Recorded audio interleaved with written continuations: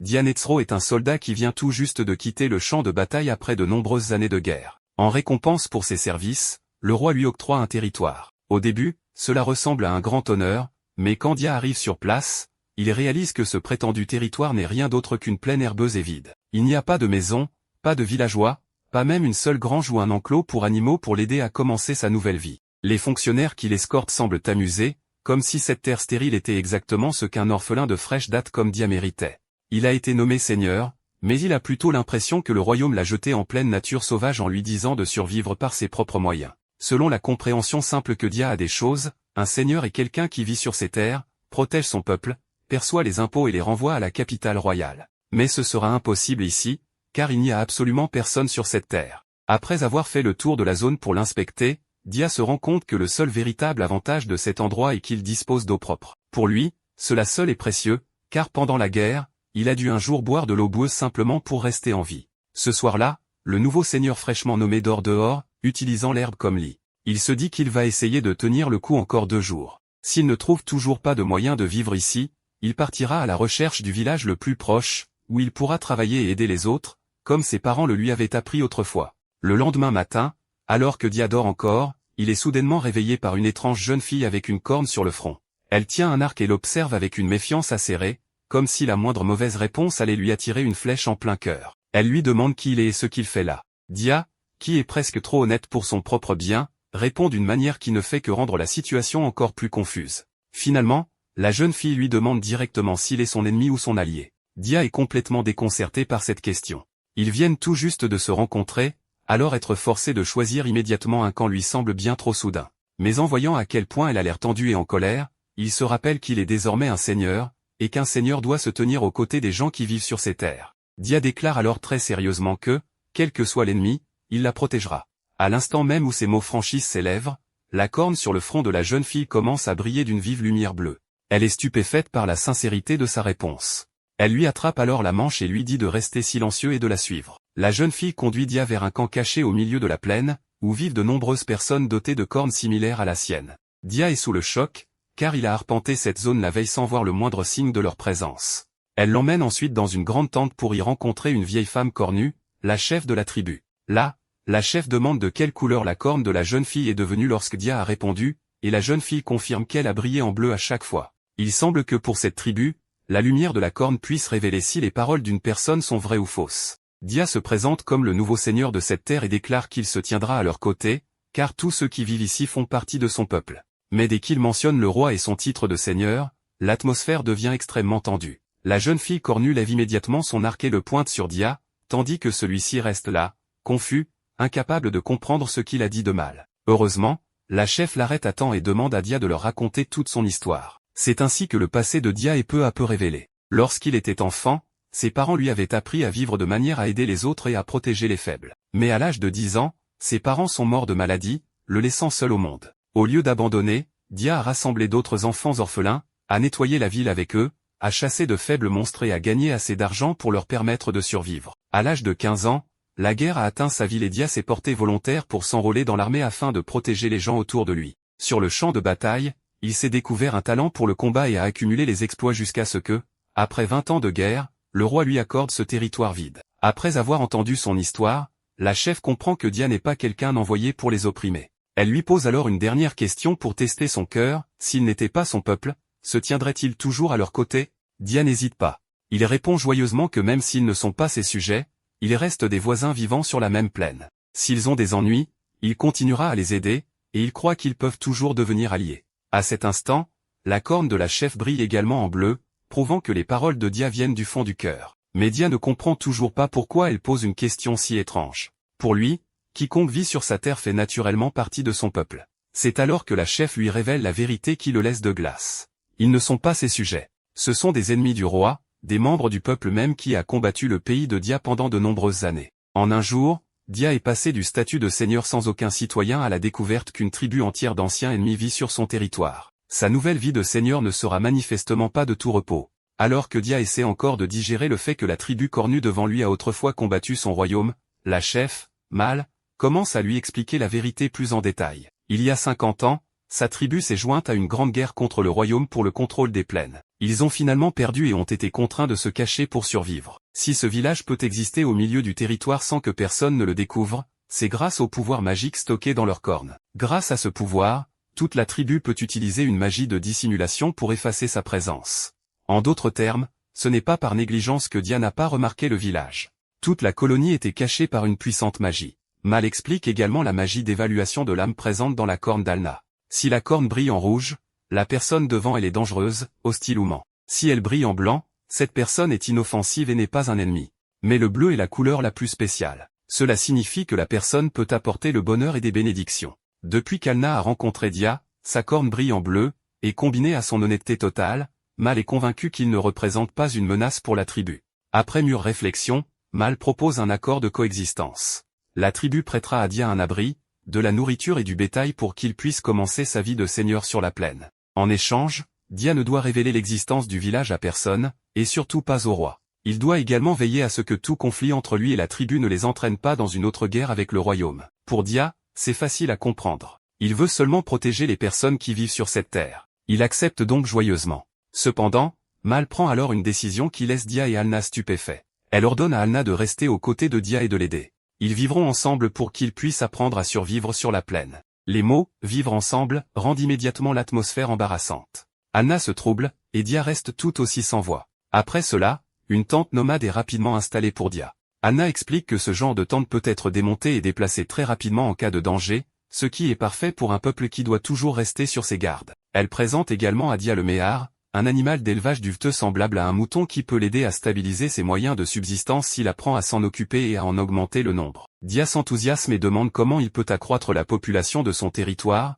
mais Alna le ramène rapidement à la réalité. Avec le nombre actuel de tentes et la quantité de nourriture dont il dispose, subvenir aux besoins de Dia seul est déjà tout juste suffisant. Si l'on faisait venir plus de monde ici maintenant, tout le monde risquerait de mourir de faim ensemble. Pour résoudre le problème de nourriture, Alna donne à Dia un sac de poudre d'appât et lui dit de la disperser à travers la plaine pour attirer les bêtes sauvages, qui pourront ensuite être chassées pour leur viande et leur peau. Ces peaux pourront être échangées contre davantage de provisions et de tentes. Dia accepte la tâche avec confiance, car la chasse est une activité dans laquelle il a toujours été doué. Cependant, après s'être rendu sur le terrain, il se rend compte qu'il a oublié de demander quelle quantité de poudre utiliser.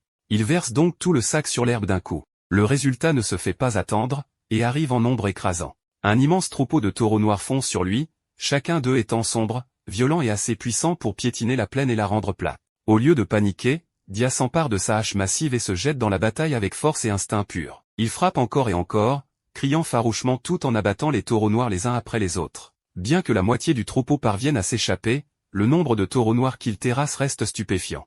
Mais une fois le combat terminé, Dia découvre que le véritable problème n'est pas de vaincre le gibier, c'est de le rapporter. Finalement, il ne peut choisir qu'un seul taureau noir et le traîne seul sur le chemin du retour, transpirant à grosses gouttes tout du long. Sur le chemin du retour, Dia craint qu'Alna ne soit en colère contre lui pour avoir agi sans réfléchir. Mais contrairement à ses craintes, lorsqu'Alna voit qu'il a rapporté un taureau noir, elle est émerveillée et profondément impressionnée. Pour elle, vaincre ne serait-ce qu'un seul taureau noir lors d'une première chasse est déjà remarquable, et Dia en a en réalité terrassé bien plus que cela. Elle court joyeusement préparer une charrette et, pour la première fois, appelle Dia par son prénom avec un grand sourire radieux. Dia est surpris par sa réaction. Non loin de là, la chef Mal explique que parmi son peuple, un homme travailleur capable d'assumer de lourdes responsabilités est considéré comme quelqu'un de vraiment compétent. Elle ajoute que les femmes se sentent naturellement plus heureuses auprès d'un homme si fiable. Puis, Mal taquine Dia en disant que s'il veut épouser Alna, le prix de la fiancée sera assez élevé. Elle ajoute également, avec un sourire entendu, que qu'ils aient des cornes ou non, ils peuvent tout de même avoir des enfants. Dia panique immédiatement et nie en bloc, mais sa réaction ne fait que rendre les taquineries plus amusantes. Le lendemain matin, Dia se réveille dans sa nouvelle tente au milieu de la plaine. Pour la première fois depuis qu'il est devenu seigneur, il vit une matinée calme et de toute tranquillité. Devant lui, Alna remue une marmite de soupe chaude. Elle se retourne et l'accueille avec un sourire. Dia prend une bouchée et loue immédiatement le goût, rendant l'atmosphère entre eux beaucoup plus douce et chaleureuse. Après cette matinée paisible dans la nouvelle tente, Dia et Alna commencent à discuter de quelque chose de plus important, comment transformer cette plaine vide en un endroit où les gens peuvent réellement vivre. Alna explique clairement que s'ils veulent rassembler des colons, ils auront d'abord besoin de puits et de toilettes. Ils ne peuvent pas simplement vivre comme des campeurs de longue durée et appeler cela un véritable territoire. Cependant, s'ils veulent que les artisans du village les aident, les biens qu'ils possèdent actuellement pour le commerce sont encore insuffisants. En d'autres termes, leur rêve de bâtir un territoire se heurte immédiatement à la dure réalité économique. Dia pense rapidement à chasser d'autres taureaux noirs, puisque sa précédente chasse avait donné de bons résultats, même si le transport avait été difficile. Mais Anna l'arrête. Elle lui explique que s'il continue à chasser la même espèce, cela nuira au troupeau et endommagera la plaine à long terme. Au lieu de cela, ils peuvent chasser des monstres aujourd'hui. La viande de monstre ne peut pas être consommée car elle est gorgée de miasmes, mais les griffes, les cornes, et surtout les pierres magiques à l'intérieur de leur cœur peuvent se vendre à un prix élevé. En entendant cela, Dia se montre intéressée. Anna affirme avec assurance qu'elle peut utiliser la magie pour localiser les monstres et insiste pour l'accompagner. Avant de partir, Dia brosse soigneusement les mires, se rappelant que leur valeur réside dans leur laine, et non dans leur viande. Peu de temps après, 3 hommes cornus arrivent avec une charrette transportant de la viande séchée et des couvertures pour Dia. Lorsqu'ils voient Anna sortir, ils lui témoignent un grand respect. Anna annonce qu'elle a demandé à d'autres hommes de s'occuper des mires afin de pouvoir rester avec Dia toute la journée. Dia est heureux de l'apprendre, mais il devient également nerveux lorsque les 3 hommes lui lancent des regards noirs empreints d'une jalousie évidente. Il semble qu'Anna soit très appréciée dans le village, et le seigneur fraîchement débarqué a déjà attiré plus d'attention qu'il ne s'y attendait. Après cela, Dia et Anna pénètrent dans une vallée rocheuse et sombre, complètement différente de la plaine verdoyante qu'ils ont laissée derrière eux. Anna ferme les yeux, joint les mains et commence à réciter un long sortilège pour localiser les monstres. Sa corne s'illumine, et elle détecte bientôt une très grande créature à proximité. Dia dit immédiatement à Anna de rester en arrière pendant qu'il avance pour vérifier. Anna lui rappelle qu'elle possède une magie de dissimulation et que, si l'ennemi est trop fort, ils pourront battre en retraite ensemble. Dia l'autorise donc à le suivre. À l'instant où il aperçoit la cible, Dia l'appelle une tortue. Anna panique immédiatement et le corrige. Ce n'est pas une tortue ordinaire. C'est un dragon de terre, un monstre colossal et extrêmement dangereux. Elle dit à Dia de se cacher, car affronter une telle créature seule est bien trop téméraire. Mais Dia s'entête à vouloir essayer. Armé de sa hache géante, il s'élance en avant, bondit et frappe la carapace du dragon de terre de toutes ses forces. Cependant, même un coup assez puissant pour fendre la pierre ne parvient pas à percer la défense du monstre. La hache à tête de lion de Dia est un trophée qu'il a autrefois pris à un général ennemi. Elle est incroyablement résistante et peut même réparer des dégâts mineurs s'il concentre son esprit. Pour cette raison, même si l'arme tremble à chaque impact, Dia continue d'attaquer sans relâche. Mais peu importe le nombre de coups qu'il porte, la carapace du dragon de terre bouge à peine. Comparé à ce monstre, les taureaux noirs de la veille semblent soudain presque dociles. À distance, Anna lui crie pour l'avertir que le miasme entourant le dragon de terre est en train de corroder le corps de Dia. En entendant cela, Dia comprend enfin que la situation est critique. Il admet qu'il ne peut pas vaincre cette tortue et décide d'arrêter le combat. Cependant, le dragon de terre n'a nullement l'intention de les laisser battre en retraite aussi facilement. Il ouvre la gueule, accumule des flammes et libère une énorme boule de feu.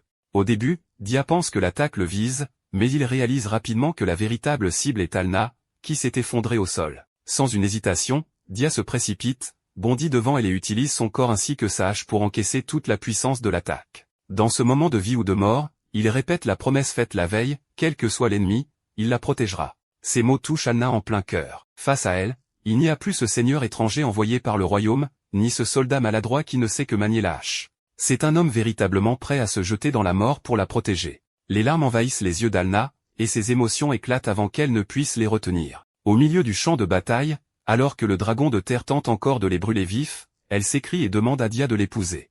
3 hommes du clan d'Alna se précipitent vers la falaise, paniqués, partant à sa recherche car elle a disparu depuis le matin et n'est toujours pas revenue. Ils craignent que le jeune couple n'ait été attaqué par un monstre dans la prairie, mais au moment où ils arrivent, ils se figent devant ce qu'ils voient. L'énorme carcasse d'un dragon terrestre gît, inerte, sur le sol. Non loin de là, Anna pleure encore, agrippée à Dia tout en insistant pour qu'il l'épouse. Dia vient de prendre une boule de feu en plein visage, son esprit est à peine remis. Il doit maintenant faire face à une demande en mariage en plein champ de bataille. Tout ce qu'il peut faire, c'est la réconforter doucement. Pendant ce temps, la corne sur le front d'Anna brille d'un bleu éclatant, montrant qu'elle est si heureuse que sa magie ne peut plus le cacher. La nouvelle que Dia a vaincu un dragon terrestre se répand rapidement jusqu'au village.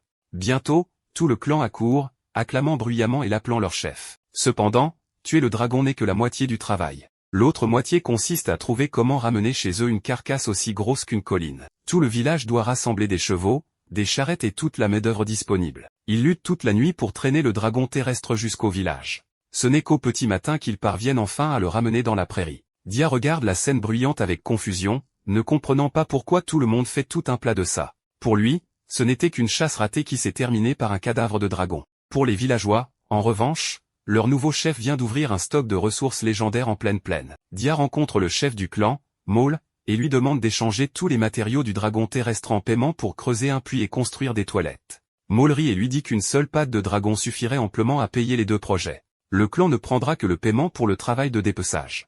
La majeure partie de l'argent de la vente des matériaux du dragon appartiendra encore à Dia. Cet argent sera suffisant pour acheter de la nourriture, construire plus de tentes, créer des installations de stockage, et même préparer le mariage d'Alna. Dès que Dia entend le mot mariage, il demande immédiatement à tout le monde de s'arrêter là. Mais Maul insiste sur le fait qu'un voisin capable de tuer un dragon doit être gardé proche par un lien solide. Si Dia n'épouse pas Alna, les femmes célibataires du village l'entoureront sûrement aussi. Dans un endroit comme celui-ci, un homme qui peut fournir de la nourriture et vaincre des dragons est bien trop rare. Ce n'est qu'à ce moment-là que Dia réalise qu'Alna a disparu un peu plus tôt parce qu'elle est déjà rentrée chez elle pour annoncer le mariage à ses parents. Dia vient à peine de devenir seigneur. Pourtant, tout le village le pousse déjà droit vers un mariage avant qu'il ne puisse pleinement comprendre ce qui se passe. Essayant de ralentir les choses, Dia négocie en suggérant qu'il se fiance d'abord. Maul explique que son peuple n'a pas de coutume de fiançailles. Puis elle propose un compromis à sa manière. Ils peuvent organiser le mariage d'abord, et la question de vivre en tant que mari et femme peut attendre que tous deux soient prêts. Dia demande un pas en arrière, mais Maul déplace calmement tout l'échiquier vers l'avant. Lorsque Dia demande pourquoi Maul l'aide autant, elle répond honnêtement. L'ancien seigneur était désespérément incompétent et est récemment mort de maladie. Si Dia échoue et quitte ses terres, personne ne sait quel genre de personne le royaume enverra ensuite. C'est pourquoi le clan veut investir en Dia. Ils veulent l'aider à devenir un bon seigneur capable de protéger la vie paisible qu'ils ont actuellement. Au lieu d'attendre que le royaume envoie un autre désastre, ils ont décidé de soutenir la personne la plus prometteuse devant eux.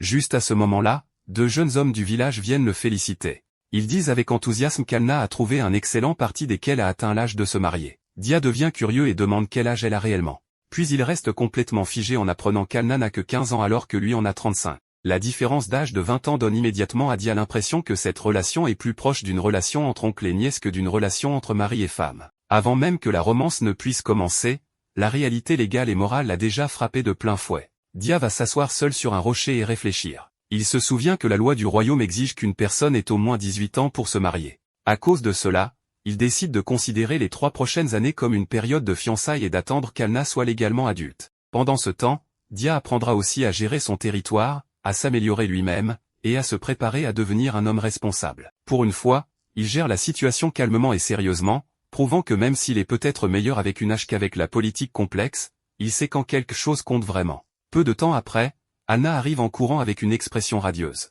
Elle annonce joyeusement que ses parents ont accepté, puis demande à Dia ce qu'il veut manger demain matin. Dia se contente de sourire doucement et lui dit de décider. Cette nuit-là, tout le village organise un grand festin pour célébrer à la fois la mise à mort du dragon et le futur mariage du couple. Dia ne cesse de les corriger, disant qu'il ne s'agit que de fiançailles pour l'instant, mais personne ne semble s'en soucier. Tout le monde continue de lever son verre pour célébrer le tueur de dragons qui a trouvé une épouse. Quelque temps plus tard, le puits et les toilettes sont enfin terminés. Plusieurs nouvelles tentes ont également fait leur apparition sur le territoire. Dia regarde fièrement la tente qu'il a construite de ses propres mains, mais une inquiétude pèse encore sur son esprit. Comment faire pour que des gens viennent réellement vivre ici?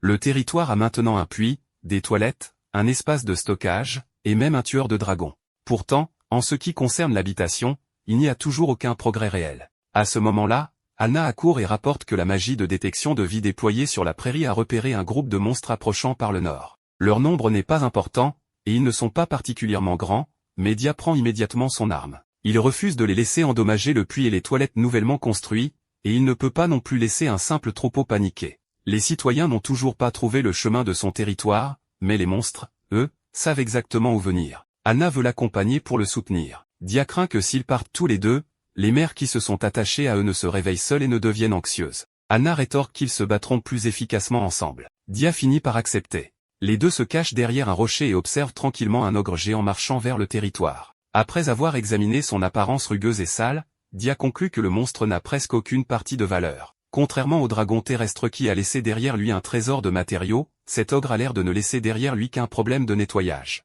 Même sans profit, Dia ne peut pas le laisser s'approcher du puits, du troupeau de mer ou de la zone d'habitation. Il charge immédiatement avec sa hache, tandis qu'Alna le soutient par derrière avec son arc, tirant sur le bras qui tient l'arme de l'ogre. Grâce à leur coopération fluide, Dia achève rapidement le monstre d'un coup de hache. Le combat se termine proprement, mais son armure est maintenant complètement couverte de sang violet visqueux et nauséabond. Alna n'a besoin de se tenir près de lui qu'un instant avant de se couvrir le nez. Elle ordonne immédiatement à Dia de se laver dans le ruisseau avant d'être autorisée à revenir. Ainsi, après avoir vaincu le monstre, Dia doit s'asseoir dans l'eau jusqu'au coucher du soleil, frottant désespérément le sang de son armure. L'ogre n'a peut-être pas laissé de matériaux précieux, mais il a certainement laissé une forte impression par son odeur. Le lendemain matin, Dia puise de l'eau du puits et soupire qu'il n'y a toujours aucun citoyen en vue, alors que les monstres semblent trouver son territoire avec une parfaite précision. Juste à ce moment-là, Anna accourt avec excitation et crie qu'il y a une grossesse. Dia se fige instantanément, son expression changeant à travers plusieurs émotions en moins de 2 secondes. Mais avant qu'il ne puisse demander ce qu'elle veut dire, Anna pointe du doigt vers François. Il s'avère que la personne enceinte n'est pas Anna, mais l'une des mères du troupeau. Le nouveau seigneur vient de ressentir la sensation de son cœur qui lui sort de la poitrine et qui y revient tout seul. Anna n'a rien dit de mal, mais sa façon de transmettre l'information a failli lui coûter la vie prématurément. Anna explique que les mires sont des créatures hautement intelligentes et sensibles. Elles peuvent clairement ressentir la peur et la pression autour d'elles. Les mires enceintes sont particulièrement sujettes à l'anxiété, et il y a même eu des cas où la panique est devenue assez dangereuse pour arrêter leur cœur. À cause de cela, elles ont besoin de quelqu'un de fort à proximité pour se sentir en sécurité. Dans toute cette zone, personne n'est plus approprié que Dia. Dia n'hésite pas une seconde. Il accepte avec joie la tâche de prendre soin de François et du reste du troupeau de mires. Il ne se plaint même pas de leur odeur. En le regardant caresser doucement chaque animal,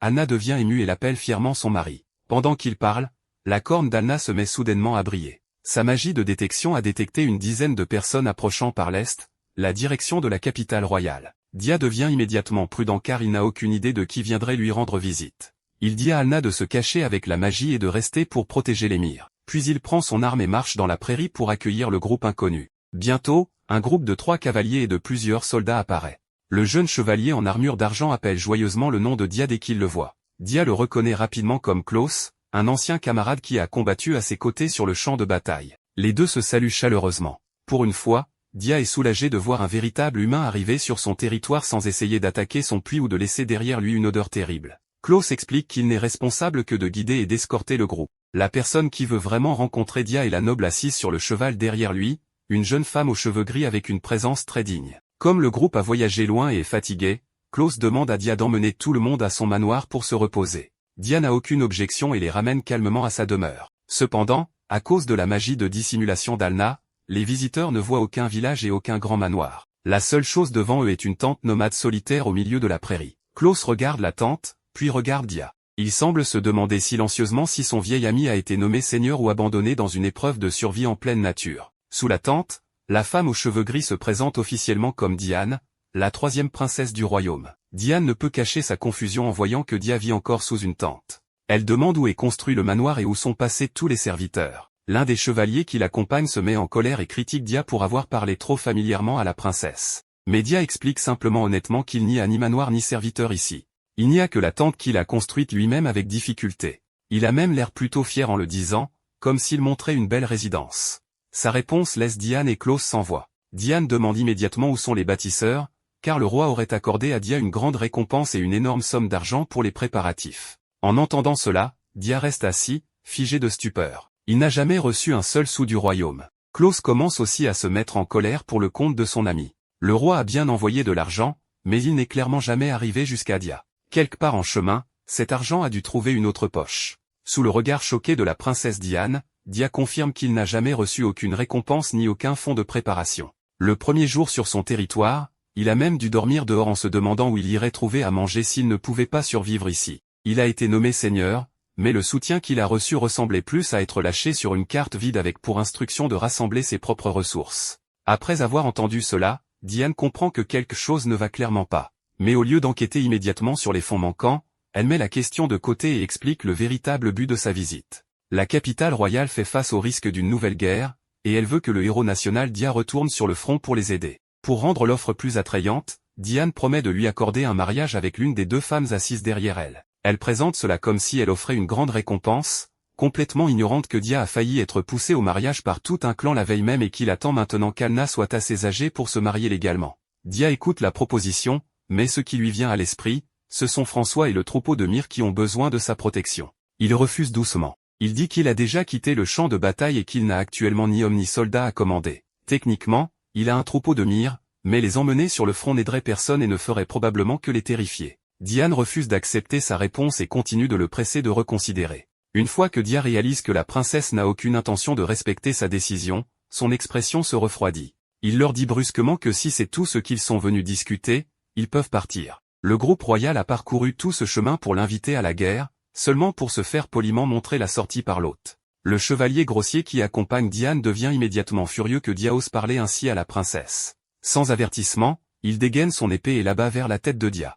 Dia reste assis, les jambes croisées. Il lève sa hache d'une main et bloque l'attaque. L'impact brise instantanément l'épée et envoie le chevalier voler hors de la tente. Dia commente calmement que l'attaque était bien trop immature, pas même assez forte pour être qualifiée d'intention de tuer. Le jeune chevalier voulait défendre l'honneur de la princesse, mais la seule chose qu'il a réussi à perdre, c'est son arme. Klaus se précipite rapidement pour empêcher son compagnon de causer plus de problèmes. Il les avertit également que même si tout le groupe attaquait ensemble, il ne pourrait toujours pas vaincre Dia. Cette information aurait été utile avant que quiconque ne dégaine une épée. Diane n'a d'autre choix que de se retirer. Avant de partir, elle jure qu'un jour Dia le regrettera, mais Dia n'est pas particulièrement inquiet de sa menace. Ce qui l'inquiète davantage, c'est que son coup de hache a déchiré le tapis à l'intérieur de la tente, et Alna ne sera certainement pas contente quand elle le découvrira. Lorsque Dia sort, il voit immédiatement Alna qui l'attend.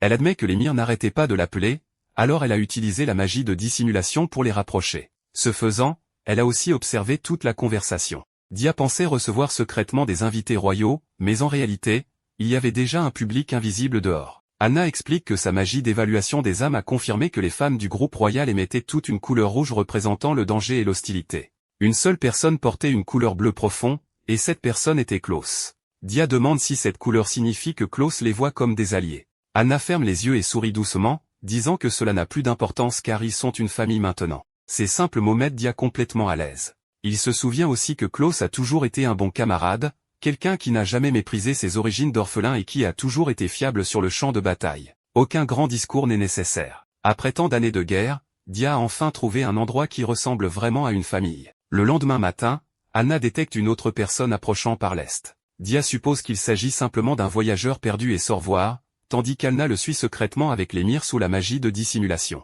La personne qui apparaît cette fois est Klaus, mais il a retiré toute son armure de chevalier. Klaus annonce joyeusement qu'il vient d'être renvoyé de l'armée. Dia s'inquiète immédiatement que son vieil ami ait été puni à cause de ce qui s'est passé la veille, mais Klaus explique que c'est exactement le résultat qu'il voulait. Il ne voulait pas être renvoyé sur le front dans la guerre à venir. La plupart des gens soumettent une démission s'ils veulent quitter l'armée. Klaus a simplement arrangé les choses pour que ses supérieurs le renvoient d'abord. Ensuite, Klaus demande sérieusement à Dia de l'engager comme soldat pour le territoire. Dia connaît très bien les compétences et le caractère de Klaus, mais il hésite encore parce que cette terre garde le secret du clan cornu. À ce moment-là, Alna dissipe sa magie de dissimulation et apparaît soudainement avec tout le troupeau de myrrhe devant Klaus. Elle dit qu'elle ne s'y oppose pas parce que Klaus a porté une couleur bleue profonde depuis le début. Voyant une fille cornue et un troupeau de myrrhe apparaître soudainement dans la prairie, Klaus ne peut que fixer, choqué. Il s'attendait probablement à rejoindre un petit territoire frontalier, pas à découvrir une communauté cachée protégée par la magie. Avec l'approbation d'Alna, Dia sourit et accepte son vieil ami. Il dit à Klaus de le suivre et qu'il lui expliquera tout lentement. Le territoire du seigneur Dia a gagné un nouveau résident. Partant de rien, après tous ses efforts, la population a enfin atteint un habitant. Ce n'est peut-être pas assez pour bâtir un royaume, mais au moins Dia a maintenant quelqu'un qu'il peut officiellement appeler son sujet. Klaus vient à peine de rejoindre le territoire qu'il est accueilli par un généreux festin. Alors qu'il dévore son repas, il complimente chaleureusement Alna en déclarant qu'elle fera sans aucun doute une épouse merveilleuse. Alna rougit aussitôt tandis que Dia s'éclaircit la gorge et rappelle aux nouveaux venus de respecter la distance appropriée entre un seigneur, son épouse et un subordonné. Toujours ravi du compliment, Alna apporte discrètement une autre portion de viande à Klaus. L'avertissement final ne vient cependant pas de Dia, mais de François. En traduisant les propos du troupeau de myrrhe, Alna explique que quiconque veut manger doit aussi travailler. Un nouveau venu qui ne contribue en rien ne doit rien attendre en retour. Être sermonné sur la responsabilité par une brebis enceinte lors de son premier repas n'est pas exactement ce à quoi Klaus s'imaginait que ressemblerait sa nouvelle vie, mais il promet rapidement qu'il ne les décevra pas. Avant même que la nourriture ne soit digérée, la corne d'Alna se met à briller. Sa magie de détection perçoit 12 personnes qui approchent, dont une dont la vie faiblit rapidement. Dia enfile aussitôt son armure et se prépare à partir. Klaus propose avec empressement de l'accompagner, mais Dia lui ordonne de rester pour protéger le troupeau de myrrhe. Si le seigneur et la mage du territoire quittent tous les deux les tentes, quelqu'un doit rester pour garder tout ce qu'il possède. Tandis que Dia et Alna se dissimulent dans les herbes, Klaus observe l'horizon à l'est et réfléchit à la crise qui s'aggrave dans la capitale. La lutte pour le trône entre les princes et les princesses devient de plus en plus violente, et il sait qu'il n'est qu'une question de temps avant que le conflit n'atteigne les terres frontalières. Peu après, Dia revient, non pas avec des soldats ou des assassins, mais avec un groupe de réfugiés âgés et épuisés. Une vieille femme est à peine consciente et reçoit immédiatement des soins.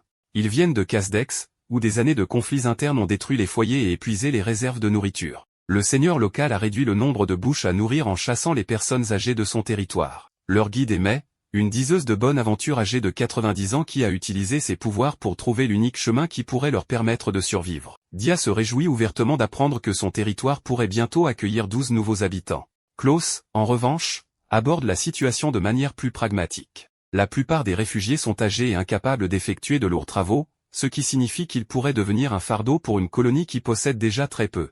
Dia n'est pas d'accord. L'expérience accumulée tout au long d'une vie est inestimable, et tant qu'ils souhaitent encore vivre et qu'ils ont besoin d'un endroit sûr, il les accueillera. Anna rappelle également à Klaus que François et le troupeau de Myre ont choisi Dia parce qu'il était le chef le plus fort et le plus digne de confiance qu'ils aient pu trouver. Une fois que le Seigneur a pris sa décision, il y a peu de raisons d'argumenter. En voyant Dia accueillir des personnes abandonnées par leur propre patrie, Klaus se remémore les champs de bataille. Des années plus tôt, son unité avait reçu l'ordre de battre en retraite, même si des civils étaient encore piégés dans la zone d'évacuation. Klaus avait protesté, furieux que les soldats soient prêts à les abandonner. C'est alors que Dia était sorti des flammes, portant un enfant terrifié dans un bras tout en tenant sa hache de bataille dans l'autre. L'enfant s'était accroché à lui en le suppliant de ne pas le laisser derrière. Dia avait simplement souri et promis qu'il les protégerait. En voyant son compagnon retourner vers une mort certaine parce qu'il avait entendu un enfant pleurer, Klaus avait chargé à nouveau dans la bataille pour retenir l'ennemi. Ses souvenirs après cela sont fragmentés, l'âme qui s'abatte, soldats qui tombent, et la pensée qu'une mort héroïque aux côtés de Dia serait une fin digne. Ce n'est qu'à présent que Klaus comprend à quel point cette idée était fausse. Pour protéger les autres, il doit d'abord survivre. Une belle mort ne peut pas construire de maison, prendre soin des réfugiés ou aider Dia à créer un territoire où personne n'est abandonné. À partir de ce moment, Klaus abandonne son obsession du martyr. Il vivra et utilisera son épée pour défendre ce territoire. Cette nuit-là, il retrousse ses manches et aide Dia à construire des tentes supplémentaires jusqu'au matin. Quelques jours plus tard, Dia observe la collection croissante de tentes et d'habitants et réalise que le territoire peut enfin être appelé un village. Les vieilles femmes le remercient à plusieurs reprises de leur avoir offert un abri. Elles promettent que dès que du coton ou d'autres matériaux seront disponibles, elles aideront à produire du tissu pour la colonie. Le prochain défi est de choisir un nom. Une femme suggère « Village de Dia », tandis que Klaus propose avec enthousiasme « Village du tueur de dragons ». Anna rejette immédiatement les deux idées, surtout la seconde, qui semble bien trop spectaculaire et attirerait une attention inutile. Elle propose plutôt « Ilk », un mot ancien signifiant « le premier village ». Le nom est simple, significatif et parfait pour une communauté construite à partir de rien. La prairie qui n'abritait autrefois que le vent et le silence porte désormais un nom que ses habitants peuvent appeler chez eux. Après la réunion, May demande à Dia de rester et lui suggère prudemment de vendre une partie des matériaux du dragon terrestre pour acheter des esclaves comme nouveaux habitants. L'expression de Dia s'assombrit instantanément. Pendant la guerre, il a vu d'innombrables esclaves forcés de servir de boucliers humains avant d'être abandonnés parmi les morts. Il déclare fermement que posséder, acheter ou vendre une autre personne sera complètement interdit sur son territoire. Mais sourit. Cette suggestion n'était qu'un test. Elle déteste l'esclavage autant que lui et aurait tenté de le faire changer d'avis s'il avait accepté. Les larmes aux yeux, elle explique que les gens de Kasdex considéraient la chasse aux esclaves comme un divertissement. Son groupe a passé des années à fuir de tels hommes et ne pouvait pas confier son avenir à un autre seigneur partageant les mêmes valeurs. La réponse de Dia la rassure enfin. Il sera peut-être pauvre, mais aucun être humain ne deviendra jamais une marchandise dans ses frontières. Alors que la conversation se termine, Anna annonce qu'une caravane de marchands approche. Bientôt, un grand groupe de chariots escortés par des gardes canins entre sur le territoire. Leur chef est Pain, un marchand grenouille. Anna l'examine avec sa corne et voit une lumière blanche, confirmant qu'il n'a aucune intention hostile. Pain est venu acheter les matériaux du dragon terrestre et reste stupéfait lorsqu'il apprend que Dia a tué la créature seule. Pour dissiper tout doute restant, Dia effectue une brève démonstration avec sa hache de bataille, laissant le marchand bouche bée. Pain accepte immédiatement d'acheter le tout et ordonne à ses hommes de décharger de la nourriture, du tissu, des tonneaux de bois et d'autres fournitures essentielles. Il vient à peine de recevoir son nom et a déjà établi sa première route commerciale. Alors que tout le monde croit la transaction terminée, Pain fait avancer deux petites filles blondes, des jumelles. Leurs vêtements sont déchirés et leurs yeux sont vides et méfiants. La façon dont il les présente fait croire à Dia qu'il assiste à la vente d'enfants. Ses mains se serrent et la pression qui émane de lui devient si intense que May doit discrètement lui rappeler de rester calme. Pain explique rapidement la vérité. Dans le pays d'origine des jumelles, les enfants nés jumeaux sont considérés comme un terrible présage et sont traditionnellement exécutés alors qu'ils sont encore très jeunes. Leurs parents ont refusé d'accepter ce destin et ont fui le pays en emportant leurs deux filles. Le voyage a lentement ruiné leur santé. Lorsqu'ils ont compris qu'ils ne survivraient pas longtemps, ils se sont tournés vers Pain comme dernier espoir. Ils lui ont donné tout l'argent qu'ils avaient économisé et lui ont officiellement confié les filles en tant que marchandises. Ils savaient qu'un marchand pourrait abandonner un acte de charité qui ne rapporte rien, mais qu'il serait moins enclin à se débarrasser de marchandises déjà entièrement payées. C'était la seule façon qu'ils avaient trouvée pour assurer la survie de leurs enfants. Pin se plaint que cet arrangement lui a coûté bien plus qu'il ne pourra jamais récupérer. Pourtant, le fait qu'il ait protégé les filles tout au long du voyage prouve qu'il est bien plus gentil qu'il ne le prétend. Anna examine discrètement les jumelles avec sa corne. Une lumière bleue brillant emplit l'air. Les enfants ne portent ni malédiction ni mauvais sort. Au contraire, toutes deux possèdent les signes d'une bénédiction. Dia les observe longuement avant d'annoncer qu'il va les adopter. Il remboursera à Pin toutes les dépenses engagées en utilisant les matériaux du dragon terrestre, mais il précise clairement que ce paiement n'est pas le prix d'esclave. C'est une compensation pour l'homme qui s'est occupé d'elle après que leurs parents n'aient plus pu le faire. Dia soulève doucement les deux filles dans ses bras. Elles sont maigres et beaucoup trop légères, probablement âgées de 3 ou 4 ans seulement. Il leur demande doucement leur nom, mais ne reçoit que du silence et des regards méfiants de la part d'enfants qui ont appris à se protéger de tous les adultes qu'ils rencontrent. Dia ne s'impatiente pas. Il reformule sa question en parlant lentement et avec douceur, essayant de défaire chaque couche de peur. Lorsqu'il suggère finalement de leur donner de nouveaux noms si elles n'en ont plus, les deux filles réagissent immédiatement et secouent la tête. La plus jeune jumelle, aux cheveux plus courts, finit par murmurer que son nom est Tian et que sa sœur aînée s'appelle Sei. Dia répète soigneusement les deux noms et promet qu'il ne les remplacera jamais. La détermination avec laquelle les filles protègent les noms que leurs parents leur ont donnés prouve qu'elles n'ont jamais oublié leur famille. En observant la scène depuis le côté, Klaus se souvient soudain que, avant la guerre, Dia s'occupait de nombreux enfants orphelins, presque comme un père. Ces expériences ont appris aux guerriers balafrés quelque chose d'important. À ce moment, les jumelles n'ont pas besoin de questions interminables. Elles ont besoin de patience, de gentillesse et du sentiment de sécurité qu'elles ont perdu depuis longtemps. Après s'être baignées et avoir reçu des vêtements propres, ces ayants ont meilleure mine, mais elles restent effrayées et repliées sur elles-mêmes. Anna s'approche enfin et explique la signification de leur nom dans l'ancienne langue. C'est signifie « belle comme le clair de lune », tandis qu'en signifie « la lune sacrée ». Elle offre à chacune une amulette sculptée à l'image de la lune. Ces paroles libèrent les émotions que les jumelles retenaient depuis longtemps. Les souvenirs de leur mère douce et de leur père qui ne voulaient que leur bonheur leur reviennent en force. Ces ayants éclatent en larmes et appellent leurs parents. Dia et Anna les serrent immédiatement dans leurs bras, leur expliquant doucement qu'elles ont déjà assez souffert et qu'elles n'auront plus jamais à endurer la solitude. François et les autres Myres s'approchent également, permettant aux filles de se blottir contre leur chaude laine. En fin de compte, le troupeau de Myres se révèle plus efficace pour réconforter les enfants que n'importe quel discours soigneusement préparé. 10 jours plus tard, ces ayants sont capables de sourire, de se plaindre et même de se disputer pour le dernier morceau de pomme de terre à la vapeur. Lorsqu'il en perd, Dia tente de lui donner la moitié de la pomme de terre qu'il a déjà mordue. Anna l'arrête immédiatement, expliquant que le partage est bien, mais que l'hygiène de base reste importante. Un parent est responsable de gâter les enfants, tandis que l'autre veille à ce que tout le monde reste en vie et propre. La petite famille d'Ilk commence à bien fonctionner. À cet instant, la corne d'Anna se met à briller à nouveau. Un cavalier solitaire approche. Comme le troupeau de Myres est complètement attaché aux jumelles, Dia les laisse sous la protection de leur gardien à 4 pattes avant d'enfiler son armure et de sortir avec sa hache. Le visiteur est Camarot, intendant d'Elden de Casdex, le nouveau seigneur du territoire voisin.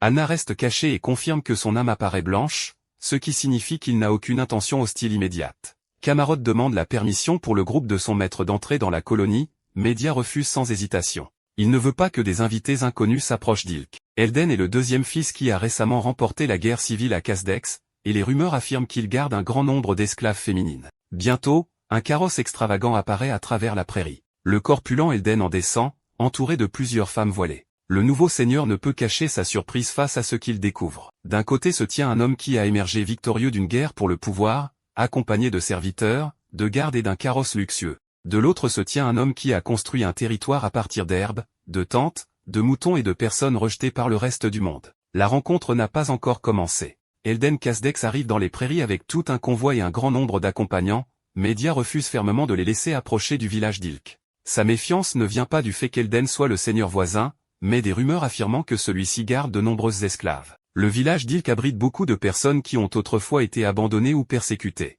Dia ne peut donc pas autoriser quelqu'un soupçonné de soutenir l'esclavage à entrer sans vérification. Restée cachée à proximité, Anna utilise le pouvoir d'évaluation de sa corne pour examiner Elden. Le résultat est complètement différent des rumeurs. Une puissante lumière bleue l'entoure. Elle n'est pas aussi intense que celle de Dia, mais elle suffit amplement à prouver que le visiteur ne porte aucune des mauvaises intentions qu'il redoutait. Dès qu'il voit Dia, Elden abandonne son escorte et court directement vers lui. Il s'incline, se présente comme Elden Casdex et avoue qu'il admire le héros qui a sauvé le royaume depuis son enfance. Craignant que Dia lui en veuille, Elden s'excuse à plusieurs reprises. Dia explique qu'il voulait simplement garantir la sécurité de ses villageois. Ces mots touchent profondément Elden, qui en est presque ému aux larmes. Dia suggère même qu'ils s'appellent par leur prénom pour faciliter la conversation. La tension créée par l'arrivée du convoi disparaît rapidement après quelques paroles sincères. Soudain, Elden se tourne vers l'espace vide à côté de Dia et demande qui se cache là. Comprenant qu'elle ne peut plus rester invisible, Alna se révèle. Dia la présente comme sa fiancée,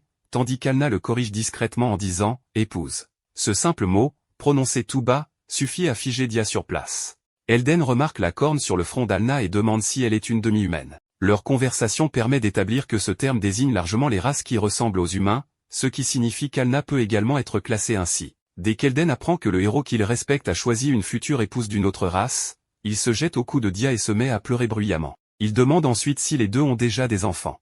Dia répond que non, tandis qu'Alna annonce calmement qu'elle en veut 10 à l'avenir. Dia ajoute qu'ils élèvent actuellement ses Ian, deux jeunes filles de la même race qu'Alna. Apprendre que le héros qu'il admire non seulement aime une demi-humaine, mais a aussi recueilli 2 orphelines demi-humaines, submerge complètement Elden. Ses oreilles s'agrandissent soudain, son nez s'allonge en trompe d'éléphant, et tout son corps perd sa force avant de s'effondrer. Ses suivantes le portent immédiatement dans le carrosse et commencent à le soigner. Ce n'est qu'à ce moment que Camarot révèle que le seigneur voisin est un demi-humain à moitié éléphant. Elden peut passer d'une apparence humaine à une forme arborant des traits d'éléphant. Cependant, chaque fois que de fortes émotions déclenchent la transformation, la tension met gravement sa santé en danger. Les femmes qui l'entourent constamment ne sont pas des membres d'un harem. Elles restent près de lui parce qu'elles comprennent son état et savent comment prendre soin de lui. Une fois rétabli, Elden s'excuse d'avoir perdu le contrôle. Dia ne s'en offusque pas et demande directement des nouvelles de la guerre civile à Casdex. Elden se contente de répondre qu'il a pris les armes pour protéger ceux qui lui étaient chers. Camarot commence alors à raconter le passé que les rumeurs extérieures ont complètement déformé.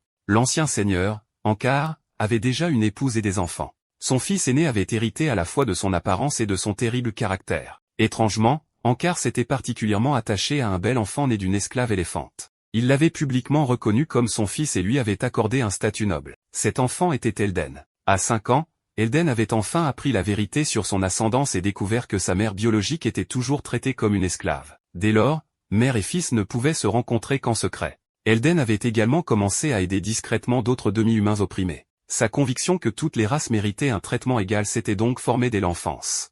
Les femmes qui s'occupent d'Elden étaient autrefois des esclaves. Après les avoir sauvées, elles sont restées volontairement à ses côtés parce qu'elles croyaient au monde qu'il voulait créer. La rumeur selon laquelle Elden s'entourait d'esclaves féminines était donc totalement fausse.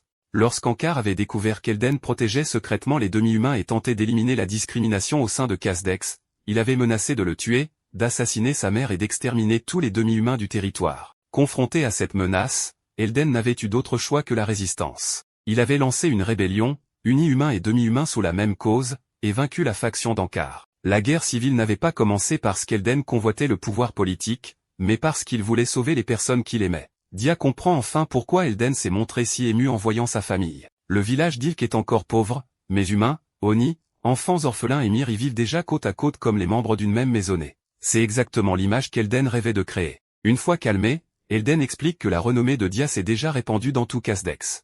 Les histoires racontent qu'il réforme les nobles à coups de poing de fer, qu'il détruit des armées comptant des dizaines de milliers d'hommes et qu'il est même devenu le sujet de pièces de théâtre dans la capitale royale. Plus Dia écoute, moins il se reconnaît dans le personnage décrit. Elden ne croit pas toutes les rumeurs, mais les récits de nombreux vétérans et leurs rencontres d'aujourd'hui n'ont fait que renforcer son respect. Il demande alors officiellement à Dia de devenir son ami. Il souhaite qu'ils travaillent ensemble pour créer un monde dans lequel humains et demi-humains puissent vivre heureux. Dia ne signe aucune alliance ni ne promet de soutien militaire. Il se contente de dire que l'idéal d'Elden est profondément admirable. Dans le village d'Ilk, ce rêve a déjà commencé à devenir réalité. Il accepte l'amitié d'Elden et l'encourage à tenir la tête haute, car il n'y a rien de honteux dans le chemin qu'il a choisi. Ces paroles touchent profondément Elden, soulagé d'avoir enfin rencontré quelqu'un qui le comprend vraiment. Une fois que les deux parties se sont bien comprises, Dia demande comment attirer davantage d'habitants dans le village d'Ilk. Il a déjà demandé aux marchands de faire passer le mot, mais attendre passivement ne suffit clairement pas. Elden promet d'annoncer l'effort de recrutement dans tout Casdex.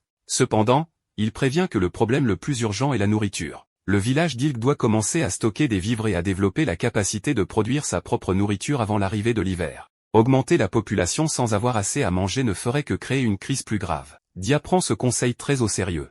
Elden promet de fournir tout le soutien qu'il pourra avant de quitter les prairies avec son convoi. Lorsque Dia et Alna retournent aux tentes, ils trouvent Seiyang qui attendent près du troupeau de myrrhe. Dès qu'elles l'aperçoivent, les filles courent vers lui et se plaignent que Dia avait promis de revenir tout de suite, mais les a fait attendre bien trop longtemps. Elles l'accusent d'être un menteur, puis chargent en même temps que les myrrhes et renversent leur père adoptif sur l'herbe. Dia n'oppose aucune résistance et s'excuse docilement. Cette nuit-là, Seiyang dorment enfin paisiblement l'une à côté de l'autre, leurs mains encore étroitement serrées. En les observant, Alna demande si le refus de Dia de les punir ne va pas encourager encore plus de bêtises. Dia admet que leur comportement était répréhensible, mais c'est lui qui a rompu sa promesse en premier. Il veut s'excuser avant de les corriger. Les enfants qui ont récemment perdu leurs parents agissent souvent de manière gâtée ou difficile pour tester si leur nouvelle famille les abandonnera également. Il peut accepter cette réaction aujourd'hui, à condition qu'ils ne se comportent pas de la même façon demain.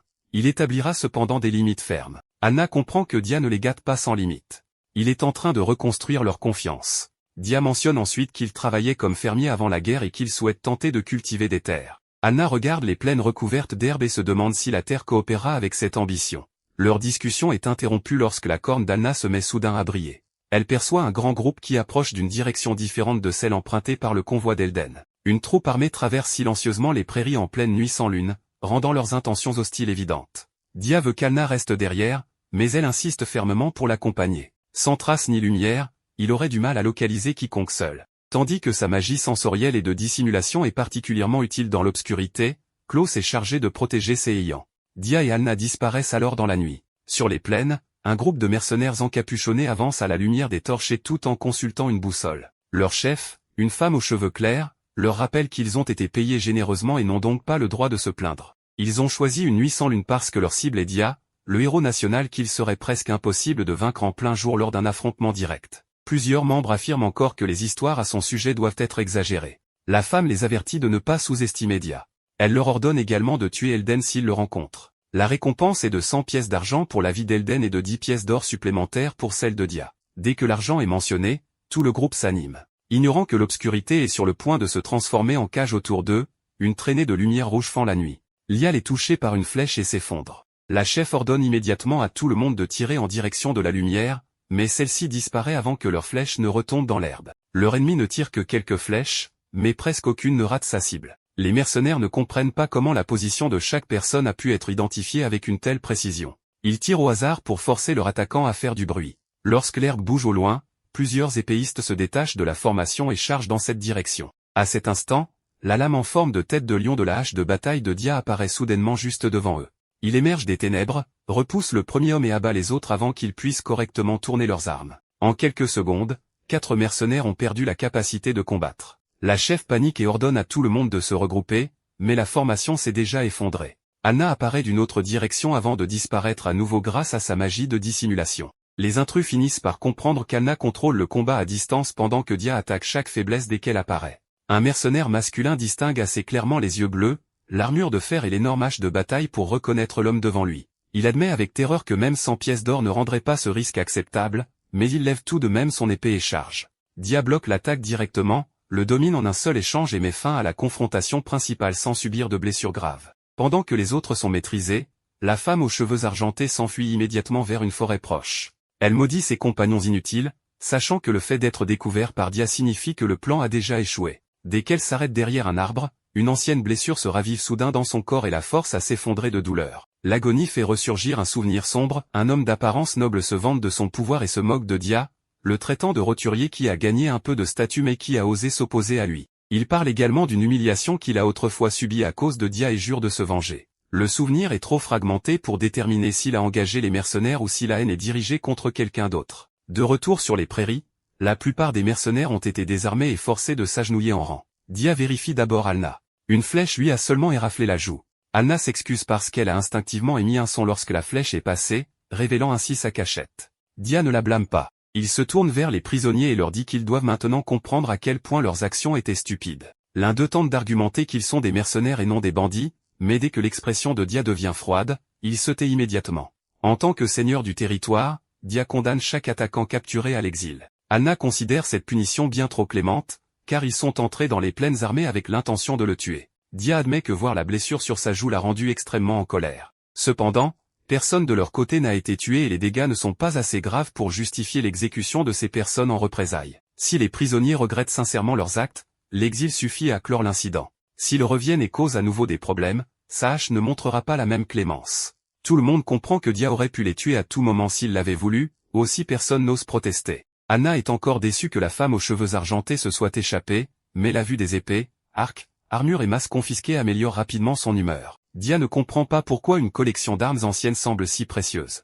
Anna explique que le fer est une ressource importante dans les prairies. Même des armes endommagées peuvent être fondues et transformées en outils agricoles. Capturer des bandits peut également rapporter une prime du chef tribal. Anna se souvient alors de la première fois où elle a senti la voiture transportant Dia entrer dans la région. Elle s'était secrètement réjouie, croyant que des bandits étaient enfin apparus. Au lieu de cela, la voiture était rapidement repartie, laissant un seul homme allongé au milieu des prairies. Anna avait supposé que Dia avait été abandonnée là pour mourir. Lorsqu'elle était revenue le lendemain matin, elle l'avait trouvé dormant paisiblement à l'extérieur. Elle avait utilisé son évaluation d'âme et avait vu une lumière bleue d'une puissance incompréhensible l'entourer, contredisant totalement son soupçon initial. Anna avoue qu'elle avait brièvement envisagé de s'occuper de Dia et de vendre sa hache et son armure pour de l'argent, mais elle avait finalement choisi de ne pas le faire. Ce qui la trouble encore, c'est qu'elle aurait facilement pu ignorer l'étranger et retourner au village. Pourtant, avant même de réaliser pleinement ce qu'elle faisait, elle s'était déjà approchée de Dia, l'avait réveillé et lui avait demandé s'il était un ennemi ou un allié.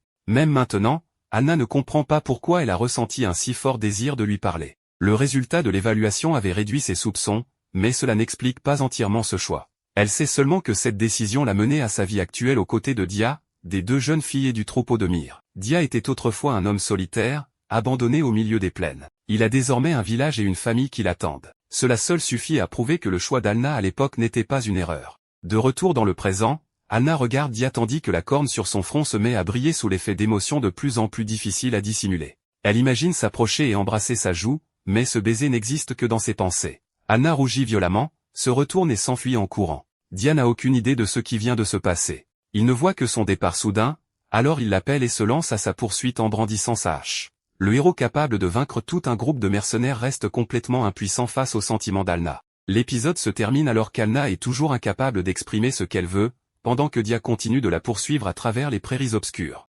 Après avoir vaincu les mercenaires qui s'étaient infiltrés de nuit dans la prairie, Dia croit qu'Ilk Village va enfin pouvoir connaître un peu de paix. Cependant, les ennemis d'un seigneur ne portent pas toujours l'épée. Parfois, la plus grande menace est la faim, alors que l'hiver approche. Si le village continue de dépendre uniquement de la chasse et de la nourriture achetée à l'extérieur, sa population croissante finira par devenir impossible à nourrir. Dia décide donc de tenter la culture sur des terres que tout le monde considère impropres à l'agriculture. Anna ne connaît presque rien à l'agriculture. Le peuple démon se contente généralement de cueillir les herbes médicinales qui poussent à l'état sauvage, et chaque tentative de cultiver des légumes ou des céréales s'est soldée par un échec. Tous deux consultent la chef mâle, qui montre à Dia une sorte de minéral coloré appelé pierre d'humus. Broyée avec des os d'animaux et mélangée à la terre en poudre, elle permet de garder en vie des herbes médicinales en pot, mais les légumes refusent toujours de pousser. Dia lui demande ce qui cause ce problème, mais Mal ne peut que secouer la tête. Elle se souvient alors des récits sur le peuple des forêts, un peuple réputé pour mieux comprendre les plantes que quiconque. Selon la légende, même les terres les plus arides se couvrent de verdure sur leur passage. Malheureusement, Mal ne les a jamais rencontrés et n'est même pas certaine de leur existence.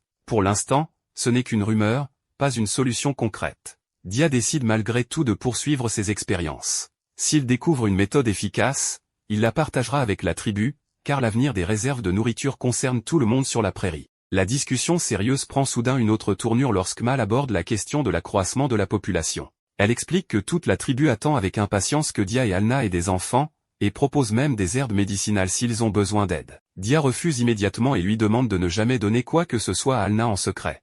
Il est venu ici pour faire pousser des légumes, pas pour lancer un autre genre de projet démographique. Il attrape rapidement le sac de pierre d'humus et s'en va avant que la conversation ne devienne encore plus dangereuse. De retour au village, Dia montre fièrement les pierres colorées à Klaus, Sené et Ayan. À ses yeux, elles ressemblent presque à des pierres précieuses. Les deux fillettes les examinent quelques secondes à peine avant de perdre tout intérêt. Les pierres ne contiennent presque pas de mana et ne peuvent absorber d'énergie magique, ce qui en fait, à leurs yeux, de simples cailloux ordinaires. Anna explique que quelqu'un incapable de percevoir le mana, comme Dia, peut facilement se laisser tromper par leur apparence attrayante. Sené et Ayan, elles, ont immédiatement reconnu leur véritable nature. Les fillettes peuvent parfois détecter des traces magiques si infimes que même Anna les néglige, ce qui révèle un immense potentiel en tant que futur mage. Dia ne pousse aucune des deux vers une voie en particulier. Il se réjouit simplement qu'un si grand nombre de possibilités leur restent ouverts. Il commence à broyer les pierres d'humus en poudre pour sa première expérience, mais avant qu'il ne puisse sortir, la corne d'Alna se met à briller. Elle sent un grand groupe approcher par l'est, accompagné de nombreuses créatures. Dia veut aller enquêter seule, mais Alna insiste pour l'accompagner afin de pouvoir détecter et identifier tout ce qui semblerait anormal. Sur la prairie, il découvre une immense caravane menée par Camarot, l'un des vassaux d'Eldan. Les chariots sont chargés de provisions, et un troupeau de taureaux d'un blanc pur marche en tête. Dia commence à se détendre jusqu'à ce qu'il remarque un mouvement parmi le chargement. Plutôt que d'attaquer immédiatement, il décide d'attendre que la caravane se rapproche et d'interroger directement Camarot. Caché parmi les sacs et les caisses de bois se trouve un groupe de petits hommes-bêtes aux longues oreilles et aux queues de rongeurs. L'un d'eux, portant des lunettes, explique que des chasseurs d'esclaves l'avaient capturé auparavant. Après s'être échappé, il est monté en cachette sur le chariot, persuadé qu'il se dirigeait vers le désert du Sud. Malheureusement, il sait lire mais n'a aucun sens de l'orientation, et la caravane allait exactement dans la direction opposée. Les autres refusent de partir, car ils sont venus chercher Dia exprès, l'homme qui a tué le dragon de terre. Il compte le vaincre et restaurer la fierté du peuple du désert. Les membres les plus agressifs du groupe estiment que les humains sont faibles et malhonnêtes. En tuant le tueur de dragons, ils comptent voler nourriture et moyens de transport avant de repartir vers le sud. Leur haine a été encouragée par un homme encapuchonné non identifié, bien qu'aucune preuve ne le relie pour l'instant à la précédente attaque. Le homme-bête à lunettes continue de prévenir les autres que Dia est encore plus dangereux que le dragon qu'il a vaincu. Lorsque la caravane s'arrête, Camarot s'incline et explique qu'il a apporté les fournitures promises par Eldan. Dia le remercie et s'apprête à demander ce que sont ses mouvements dans les chariots lorsque le peuple du désert entend son nom. Persuadé que le tueur de dragons a baissé sa garde, il bondit sort des caisses et charge. Dia reste un instant surpris, car c'est la première fois qu'il voit des créatures parlantes ressemblant à de petits rongeurs. Alna réagit plus vite que quiconque. Elle balaie son arc pour faire tomber le meneur, se retourne et arrête les autres assaillants avant qu'ils n'atteignent Dia. Elle ne tue personne, car elle ignore encore s'il s'agit de passagers, de marchandises ou d'intrus. Leur identité doit être établie avant que quiconque ne décide de leur ôter la vie. Un assaillant continue de charger et subit le même sort. Réalisant que leur plan a échoué, le groupe fait demi-tour et tente de fuir, pour tomber directement sur les gardes canins hommes-bêtes de Camarot. Les fuyards sont rapidement capturés et fourrés dans des sacs. Ils continuent de crier qu'ils n'appartiennent à personne et insultent Alna pour être intervenue. Dia place immédiatement le tranchant de sa hache devant elle et déclare froidement qu'Alna est une femme merveilleuse que personne n'a le droit d'insulter. La personne la plus touchée par ces mots est Alna elle-même. Son expression féroce disparaît tandis que tout son visage rougit. Camarot ordonne à ses gardes de maîtriser tous les fauteurs de troubles et présente ses excuses. Malgré leurs actes irréfléchis, ils demeurent des sujets placés sous l'autorité de Kasdek. Camarot explique que les peuples possédant leur propre culture, leur propre langue et leur propre intelligence sont classés comme hommes-bêtes, même lorsque leur apparence ressemble fortement à celle d'animaux. Les hommes-bêtes sont eux-mêmes considérés comme une branche des races demi-humaines. Les étrangers appellent souvent le petit groupe devant eux, peuple gerbois aux grandes oreilles, mais ils préfèrent le nom de peuple du désert. Leur terre natale se trouve loin au sud. Beaucoup ont été autrefois capturés par des chasseurs d'esclaves avant qu'Eldan ne les sauve. Il a promis qu'une fois devenus seigneurs, il les ramènerait chez eux. La guerre civile étant désormais terminée, Eldan s'apprête enfin à tenir cette promesse. Cependant, leur passé d'esclavage les a rendus profondément méfiants envers les humains. Ils ne font même pas entièrement confiance à Eldan. Dia choisit de ne pas les punir davantage et confie leur surveillance ainsi que leur voyage de retour à Camarot. Une rencontre qui a bien failli tourner à l'incident international impliquant une hache de guerre se résout finalement par la conversation. Camarot remet ensuite à Dia une lettre ainsi qu'une liste complète des biens livrés. Dia n'avait demandé que quelques outils agricoles lors de sa précédente rencontre avec Eldan, mais la caravane contient des épices locales, des matériaux de construction, des chariots, des chevaux de trait, et suffisamment de matériel pour donner l'impression que Kasdek établit une nouvelle antenne en plein cœur de la prairie. La lettre d'Eldan explique que tout cela est un cadeau d'amitié et exprime son souhait que les deux territoires continuent d'échanger des ressources et de se soutenir mutuellement. Les cadeaux comprennent même un attelage et 4 chevaux. Sachant que des chevaux sans abri créeraient un nouveau problème, Eldan a envoyé des matériaux de construction déjà préparés et a ordonné à plusieurs gardes de rester sur place pour monter une écurie. Dia se sent de plus en plus mal à l'aise face à tant de générosité. Alna, en revanche, oublie toute retenue desquelles apprend que les 4 chevaux appartiennent à leur foyer. Elle court vers eux, enlace chaque cheval, puis se jette dans les bras de Dia en le déclarant joyeusement son merveilleux mari. Camarot et ses gardes sont forcés d'assister à toute cette scène affectueuse, tandis que Dia hésite entre répondre à son bonheur et se sauver avant d'être étouffé. Alors qu'il rentre au village sous le ciel du soir, Anna explique que sa famille n'a jamais été riche. Son plus grand rêve d'enfant était de devenir l'épouse de quelqu'un dont le foyer posséderait des chevaux. Pour ceux qui ont grandi dans la prairie, les chevaux représentent un foyer stable et une vie prospère. Anna a toujours cru que les compétences et le travail acharné de Dia finiraient par l'aider à atteindre ce rêve. Elle ne s'attendait simplement pas à ce que cela arrive aussi vite. Elle mentionne brièvement un frère aîné peu fiable, sans expliquer son histoire. Anna s'excuse de s'être laissée emporter au point d'enlacer Dia devant tout le monde. Il lui répond qu'il n'est pas fâché. Il n'aurait peut-être pas accepté un tel comportement de la part d'une autre femme, mais venant d'Anna, cela ne le dérange pas. Il lui demande seulement de faire preuve d'un peu plus de retenue en public. Ce n'est pas tout à fait un aveu, mais cela lui donne clairement une place particulière dans son cœur. Anna sourit, ses yeux brillant encore plus que lorsqu'elle a vu les chevaux pour la première fois. Le matériel agricole d'Eldan est rapidement mis à profit. Dia guide lui-même un taureau blanc tirant une grande charrue à travers la prairie. La lame fend l'herbe et retourne la terre sans qu'il soit nécessaire de défricher chaque parcelle à l'avance. Klaus observe les nouveaux sillons avec émerveillement avant que May ne l'appelle et lui apprenne à tenir la charrue.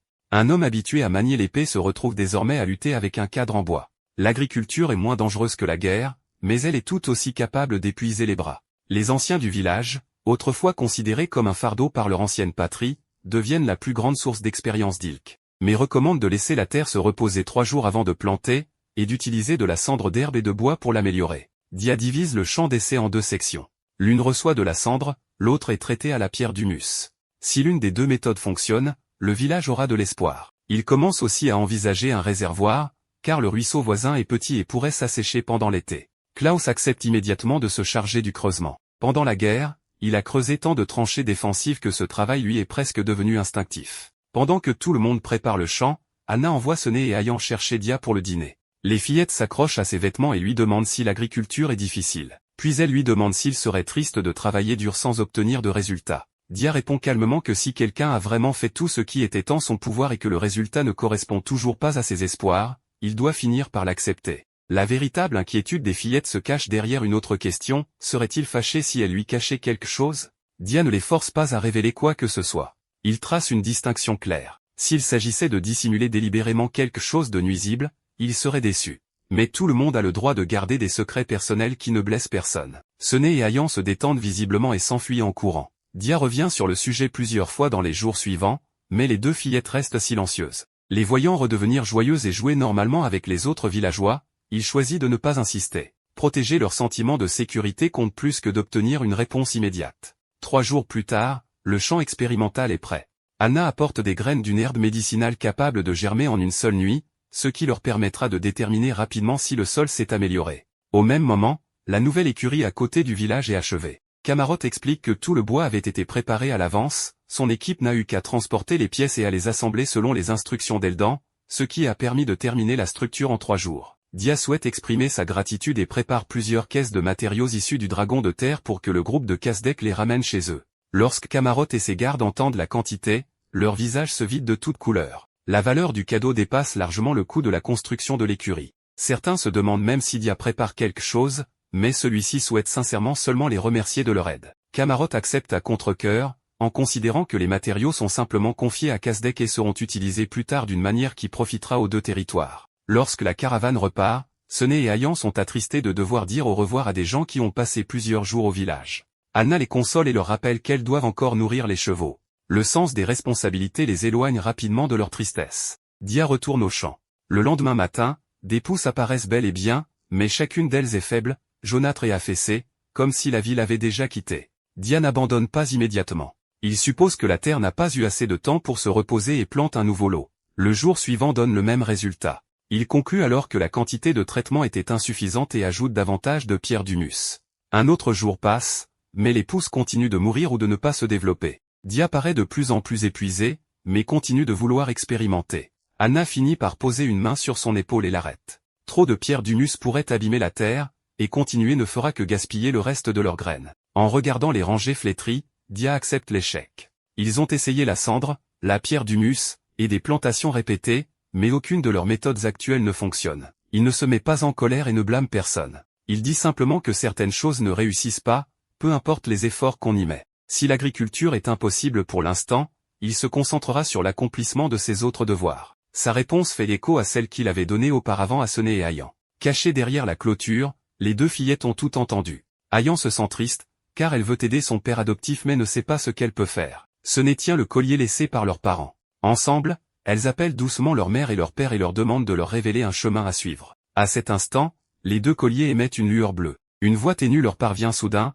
appelant à l'aide de façon répétée. Les fillettes se regardent et confirment qu'aucune des 2 n'a imaginé cela. Quelqu'un, tout près, est réellement pris au piège. Sonné et Ayant suivent la voie jusqu'à la zone de stockage. Parmi les caisses de bois, les sacs et les rouleaux de tissu, l'appel désespéré devient de plus en plus clair, provenant de quelque part dans l'obscurité.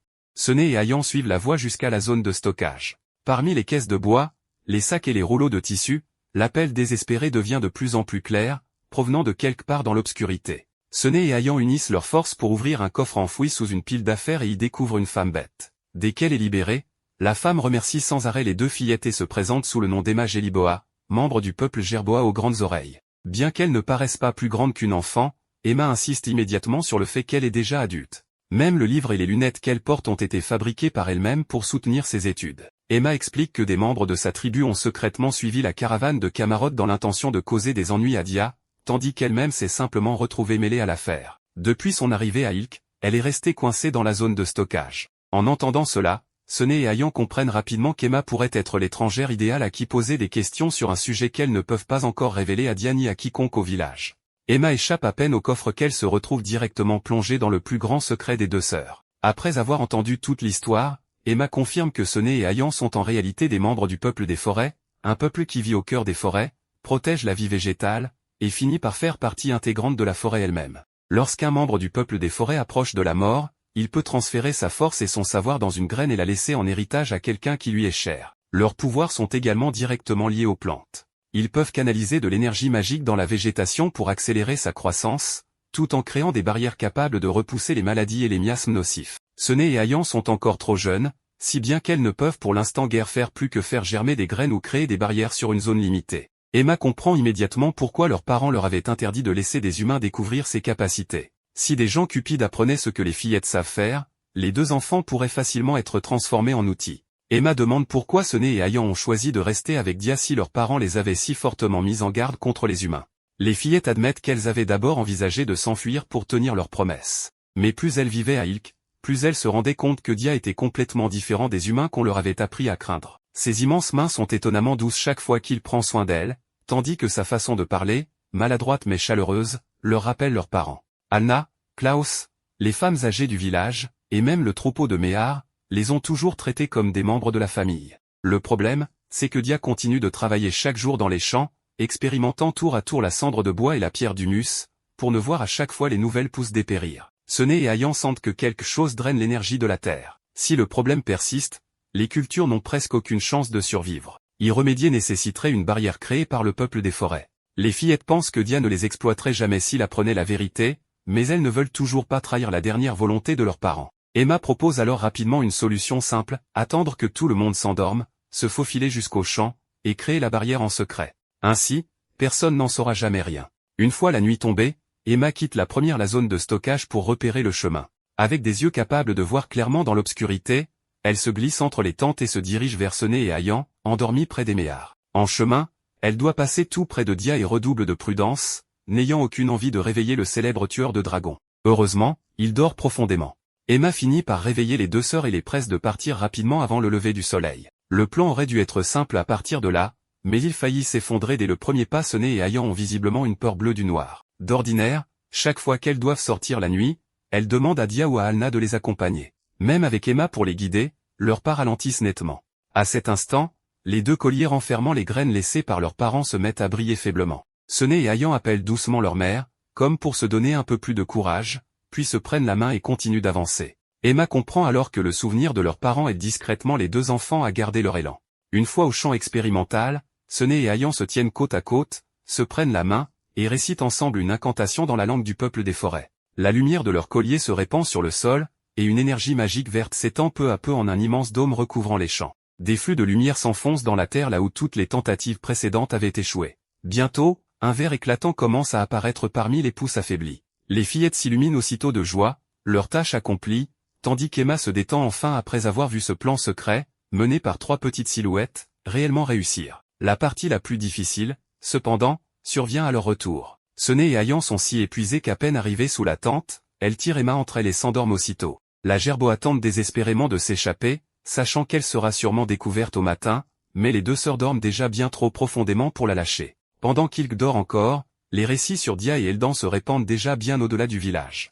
À Kazdek, on murmure qu'Eldan se rendra bientôt dans la capitale royale pour présenter au roi la pierre magique du dragon de terre reçue de Dia, afin d'obtenir une reconnaissance officielle en tant que seigneur. Ce qui excite encore davantage les foules, cependant, ce sont les histoires entourant le tueur de dragons. Certains prétendent que Dia a une épouse demi-humaine, tandis que d'autres racontent que le couple est si affectueux qu'il le montre ouvertement devant tout le monde. À force de passer de bouche en bouche, même la race d'Anna finit par être complètement dénaturée. Plus important encore, l'annonce de recrutement d'Ilk commence à porter ses fruits. Le communiqué précise clairement que les nouveaux résidents recevront un logement et une aide alimentaire, les seules restrictions majeures visant les criminels et les individus dangereux. En conséquence, de nombreux hommes bêtes commencent à s'intéresser à un territoire dont presque personne ne se souciait auparavant. Au même moment, l'incident impliquant le peuple du désert ayant secrètement suivi la caravane de Camarot laisse derrière lui un indice troublant. Les fauteurs de troubles ont affirmé qu'une personne liée au peuple singe les avait poussés à agir. Ce témoignage fut d'abord écarté comme une excuse pour fuir leurs responsabilités. Puis d'autres personnes ont commencé à rapporter avoir elles aussi été approchées et provoquées par une silhouette entièrement enveloppée de tissu noir. Une fois que plusieurs récits sans lien apparent se mettent à décrire le même genre de personnage, la coïncidence devient de plus en plus difficile à croire. De fait, dans un coin de la ville, un homme aux cheveux d'argent enrage devant un nouveau plan raté, serre le poing, et jure qu'il tuera Dia. Au-delà d'Ilk, le changement de pouvoir à Kasdek commence également à perturber l'équilibre politique dans la capitale royale. L'ancien seigneur contrôlait le commerce de l'Ouest et apportait un soutien financier considérable au second prince Mézé. Eldan, en revanche, a délibérément pris ses distances, ce qui signifie que Mézé vient de perdre l'un de ses plus importants soutiens dans la lutte pour la succession. Certains estiment que cela donne l'avantage au premier prince Richard, mais les trois princesses n'ont pas non plus renoncé à leurs ambitions. Même Diane, jusque-là considérée comme la candidate ayant le moins de chance, quitte soudainement la capitale avec près de 200 soldats et plusieurs dizaines de chariots chargés de provisions. L'ampleur du mouvement suffit à faire craindre aux troupes ordinaires qu'une guerre ne soit sur le point d'éclater. Le véritable objectif de Diane, cependant, demeure inconnu. Le lendemain matin, Anna se réveille sur un spectacle capable de chasser instantanément toute trace de sommeil. Entre ce nez et haillant repose une autre petite créature aux longues oreilles, endormie paisiblement. Anna ne trouve pas la scène du tout adorable. Elle y voit immédiatement un problème d'hygiène. Elle entraîne les deux fillettes et Emma pour un bon bain d'herbe, expliquant que les rongeurs peuvent transmettre des maladies dangereuses et que quiconque en introduit un dans leur espace de sommeil doit être lavé de la tête aux pieds. Emma a à peine le temps de protester qu'elle est une femme adulte avant d'être placée dans une baignoire séparée. Ensuite, toutes trois sont sommées de s'asseoir correctement devant Dia et Alna pour réfléchir à ce qu'elles ont fait. Dia soupçonne d'abord un lien entre Emma et le groupe ayant précédemment attaqué le village, mais l'évaluation d'âme d'Alna brille d'un bleu profond, confirmant qu'elle ne porte aucune intention malveillante. Leur méfiance retombe rapidement. Sené et Hayan sont visiblement désolés d'avoir secrètement amené une inconnue dans leur espace de sommeil, mais lorsqu'on leur demande pourquoi elles ont fait cela, toutes deux refusent de s'expliquer. Dia ne les force pas. Ils pensent qu'elles doivent avoir leur raison et décident d'attendre que ses filles soient prêtes à lui en parler elles-mêmes. À ce moment, Mea court et appelle Dia vers le champ expérimental. Les pousses qui dépérissaient sans cesse par le passé ont maintenant formé un cercle vert et éclatant de santé. Plus étrange encore, les plantes florissantes traversent directement à la fois le sol traité à la cendre et les parcelles à la pierre d'humus, ce qui signifie que le résultat ne suit les limites d'aucune des deux méthodes de culture que Dia avait testées. Mais et Anna sont tentés de voir dans ce spectacle un véritable miracle, convaincus que la persévérance de Dia a enfin été récompensée. Dia, seul, reste incertain quant à la véritable cause. Pourtant, en voyant Anna sourire d'un bonheur si sincère, il déclare que ce qui le rend plus heureux encore que de voir le champ se rétablir, c'est simplement de la voir aussi joyeuse.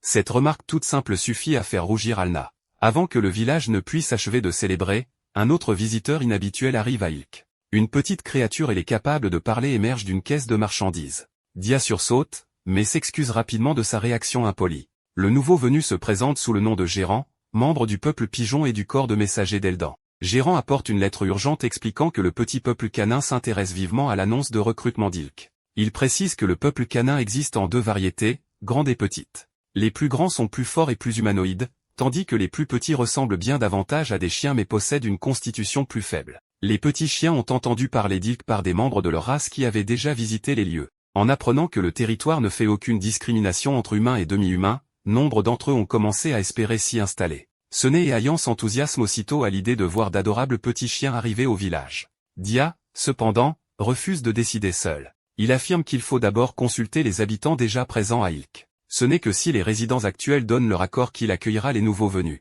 Dia demande également en privé à Alna ce qu'elle pense d'accueillir davantage de résidents. Elle répond qu'elle soutiendra quelle que soit la décision qu'il prendra. Dia lui rappelle que si elle a la moindre inquiétude, elle doit parler honnêtement, car il n'a pas besoin de quelqu'un qui approuve simplement tout ce qu'il dit. Alna déclare aussitôt que c'est exactement pour cette raison qu'elle est la meilleure épouse qu'il puisse espérer, le laissant figé en plein milieu de ce qui devait être une déclaration sur la profondeur de sa confiance en elle. Peu après, Emma demande elle aussi la permission de vivre à Ilk. Dia se demande pourquoi elle ne retourne pas sur le territoire d'Eldan pour attendre une occasion de rentrer chez elle. Emma explique qu'elle souhaite rester près de Sene et Ayan, les aider, et veiller sur leur croissance. Elle sait aussi lire, écrire et calculer, et pourrait donc enseigner aux enfants ou se rendre utile de toute autre manière au village. Anna n'y voit aucune objection. Elle pose simplement à Emma une condition très claire, elle devra toujours maintenir une hygiène irréprochable. La paix ne dure pas longtemps. Tôt le lendemain matin, Anna réveille soudain Dia, sa magie de détection ayant repéré un groupe de créatures vivantes s'approchant de très près. Comme elle vient tout juste de se réveiller, elle les remarque plus tard qu'à l'accoutumée. Les signaux indiquent de nombreuses petites formes de vie et une créature anormalement grande. Dia suppose que le petit groupe pourrait être les nouveaux chiens, si bien que tous deux se précipitent dehors sans même prendre le temps de se préparer correctement. Au loin, ils aperçoivent effectivement un groupe de petits hommes-bêtes courant désespérément à travers la prairie. Malheureusement, la créature qui les poursuit n'est pas une escorte. C'est un serpent gigantesque. Dia se demande innocemment si cet immense nouveau venu n'espère pas, lui aussi, rejoindre le village, obligeant Anna à le ramener brutalement à la réalité. La créature est un monstre connu sous le nom d'Anaconda de Rick. Ce n'est qu'à cet instant qu'Anna réalise que, dans la précipitation à quitter la tente, elle a oublié son arc. Dia, de son côté, n'a ni son armure ni sa hache de guerre. Pourtant, à l'instant même où des cris d'appel désespérés résonnent à travers la prairie, Dia fonce droit vers le monstre, les mains nues. Dia se charge sur le monstre complètement désarmé, saute sur son dos, enroule ses deux bras autour de son cou et serre de toutes ses forces. Après avoir lutté un moment, la lumière s'éteint progressivement des yeux du serpent géant avant que son corps énorme ne s'effondre sur la prairie. Malheureusement pour le monstre, il a choisi de se battre contre quelqu'un dont les capacités physiques pourraient aussi bien être un code de triche et a fini par se transformer en matière première. Elna court immédiatement vers lui et adresse une furieuse leçon à son mari. Elle n'est pas en colère que Diaz ait sauvé quelqu'un. Elle est en colère que tous les deux aient été bien trop imprudents. Gagner à main nue aujourd'hui ne signifie pas qu'il devrait en faire une habitude demain. Une fois le danger passé, le peuple chien se rassemble enfin. Plus important encore, même la personne qui avait été avalée est toujours en vie, ce qui signifie que le groupe n'a subi aucune perte. Diaz s'agenouille afin de parler à hauteur de leurs yeux, et se présente comme le seigneur des prairies. Il y a 5 minutes, il était en train d'étrangler un monstre géant à mort, et maintenant il s'accroupit et parle gentiment comme un voisin amical, laissant la femme du peuple chien qui mène le groupe visiblement surprise. Alna se présente également de sa manière habituelle, directe. Elle est la femme de cet homme. La chef de l'escorte se présente comme Canis, et explique qu'elle n'accompagne les plus petits membres du peuple chien que sur les ordres d'Elden. Les 3 autres groupes sont ceux qui ont l'intention de devenir des résidents d'Ilk. Le puissant peuple mastif est mené par Marft Bemasti. Le sérieux peuple des chiens-lions est représenté par Cedrio Basenji, tandis que le curieux peuple des bergers est dirigé par Reinhardt, Godfrey et le chef Orson Shep. À ce stade, le seul véritable danger pourrait être que les nouveaux résidents soient gâtés par tout le monde dans le village. Diaz veut encore confirmer qu'ils ont véritablement choisi de venir à Ilk de leur plein gré. Elna dit qu'elle a déjà vérifié en utilisant l'évaluation de l'âme. Canis a apparu d'un bleu extrêmement pâle, presque blanc, ce qui correspond au fait qu'elle ne fait que remplir un devoir. Les 3 groupes cherchant à s'installer, en revanche, ont tous montré un bleu profond. Leur désir de s'installer ici est authentique, et personne n'a été forcé de traverser les prairies simplement pour remplir un quota de population. Canis met Diaz en garde contre un trait important du peuple chien. Ils aiment avoir du travail à faire, et trop de temps d'oisiveté peut réellement les rendre agités. Diaz pourrait aussi bien lui serrer la main et les accueillir immédiatement. Ilk peut manquer de bien des choses, mais le travail n'en fait certainement pas partie. Il énumère le creusement d'étangs, le transport d'eau, le soin du bétail, l'agriculture, et d'innombrables autres tâches quotidiennes. Quiconque est intéressé peut également se porter volontaire pour rejoindre la force de combat du village. Canis s'inquiète que les corps et les pattes plus petits de nombreux membres du peuple chien ne soient pas adaptés à l'usage d'épées ou d'arcs humains. Diaz n'a aucune intention de forcer la question. Leurs caractéristiques physiques doivent être prises en compte et le service militaire restera entièrement volontaire. Si certains d'entre eux veulent se battre, ils pourront éventuellement développer un équipement et des méthodes d'entraînement mieux adaptées à leur corps. En entendant cela, Canis décide de rester à Ilk un peu plus longtemps et d'observer comment fonctionne l'établissement. Juste à ce moment-là, Klaus termine son quart de garde et s'approche. Diaz le présente à Canis, et Klaus s'identifie formellement comme le capitaine des soldats du village. Tout reste parfaitement professionnel jusqu'à ce qu'il jette un regard approprié à la femme attrayante du peuple chien qui se tient devant lui. Klaus se fige presque immédiatement et devient rouge. Anna l'observe de derrière pendant à peine quelques secondes avant de comprendre toute la situation. Ce jeune homme est douloureusement facile à lire. 10 jours plus tard, les nouveaux résidents se sont déjà fondus dans le rythme quotidien d'Ilk. Certains transportent de l'eau, d'autres s'occupent du bétail, tandis que d'autres encore aident Senai et Ihan dans les champs. La prairie qui était autrefois presque complètement vide, commence à ressembler de plus en plus à un véritable village. Les nouveaux venus ne demandent pas seulement un abri. Ils aident activement à construire l'endroit où ils ont l'intention de vivre, contribuant à l'approvisionnement en eau, à la production alimentaire et à la défense. Klaus passe également du temps à entraîner les membres du peuple mastif qui veulent se battre.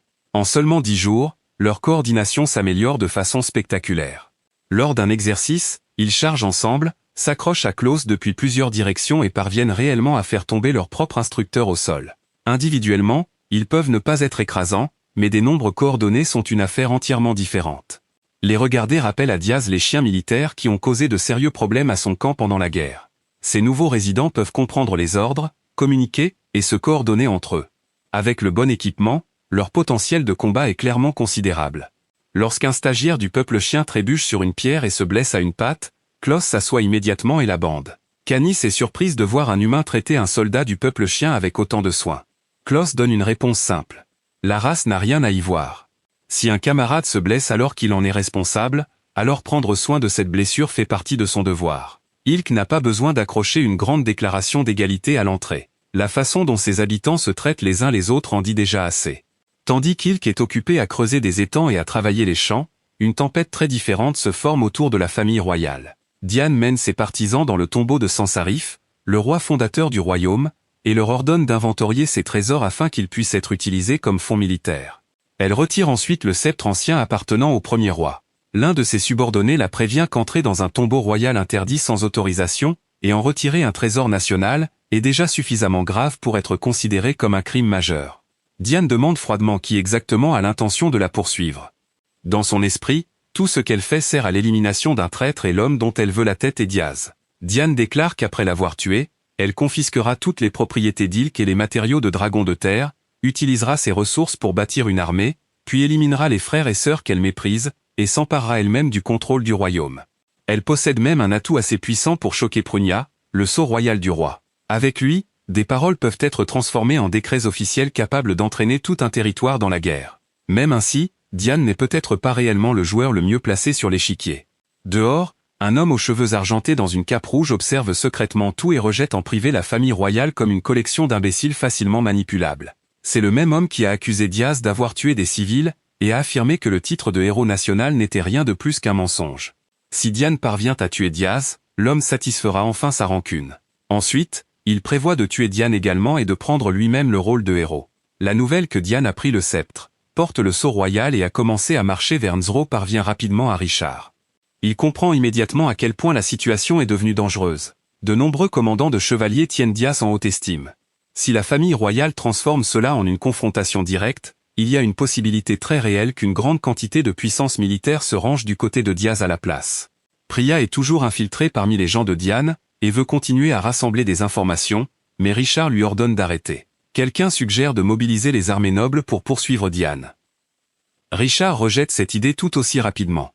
La poursuivre vers Nzros crée une trop grande chance de rencontrer Diaz, et Richard n'a absolument aucune intention de devenir son ennemi. Richard explique que Diaz est dangereux non pas parce qu'il convoite le pouvoir. Bien au contraire, Diaz n'a aucun intérêt à se battre pour le trône ou à déclencher des guerres. Ce qui le rend effrayant, c'est la fermeté avec laquelle il suit ses propres principes. Pendant la guerre, il y a eu une fois un ordre de massacrer des civils ennemis. Diaz a catégoriquement refusé, et a même interdit à ses soldats de piller ou de tuer des non-combattants. Pour lui, la guerre est une affaire entre des personnes portant des armes. Les civils qui ne se battent pas ne sont pas des cibles. Si un ordre royal entre en conflit avec ce que Diaz croit juste, la chose qu'il ignorera est l'ordre, pas les vies innocentes. À une autre occasion, 3 jeunes nobles se sont rendus sur le champ de bataille à la recherche de hauts faits et ont acculé une femme avec des intentions évidemment viles. Diaz est passé par hasard et les a immédiatement tous les 3 mis à terre. Ils ont tenté de le menacer avec leur statut noble, mais Diaz n'a retenu que ce que ses parents lui avaient enseigné. Les nobles existent pour protéger ceux qui sont plus faibles qu'eux. Les 3 hommes devant lui faisaient exactement le contraire. Donc, aux yeux de Diaz, ils avaient perdu le droit de se dire nobles. Et s'il n'y avait pas de nobles présents, alors naturellement il ne pouvait pas y avoir non plus de crime d'agression contre des nobles. Les 3 jeunes hommes ont fini par perdre à la fois le combat et le privilège qu'ils pensaient les protéger. Lorsque le roi a appris ce qui s'était passé, il a publiquement pris le parti de Diaz et la poursuite proposée a été abandonnée. Quelqu'un demande alors à Richard si un membre de la famille royale a déjà été jugé par Diaz selon le même standard. Le prince est forcé de révéler un chapitre plutôt embarrassant de son propre passé. Lorsque Richard était plus jeune, il était gâté et impatient de gagner de la gloire sur le champ de bataille malgré une très faible expérience. Il s'est conduit lui-même droit dans un encerclement ennemi. La personne qui a chargé et l'a sauvé était Diaz, mais il n'y a eu aucune célébration respectueuse ensuite. Diaz s'est immédiatement retourné et a réprimandé le jeune prince pour son imprudence. Richard a tenté d'invoquer son statut royal, croyant apparemment avoir trouvé une carte d'immunité. Cela n'a rien accompli d'autre que de lui valoir un coup de poing de Diaz. Ce fut la première et unique fois de la vie de Richard qu'une autre personne l'a frappé.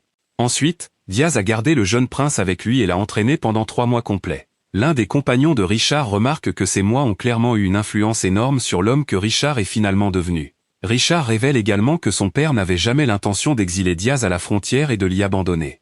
Le roi croyait sincèrement que Diaz pourrait transformer Nzos. Pour lui, Diaz n'était pas seulement le héros qui avait sauvé la nation.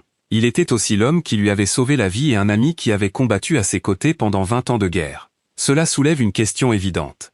Si le roi tenait Diaz en si haute estime, pourquoi Das est-il arrivé dans son nouveau territoire avec presque pas d'argent, pas de serviteurs et pratiquement pas de provisions?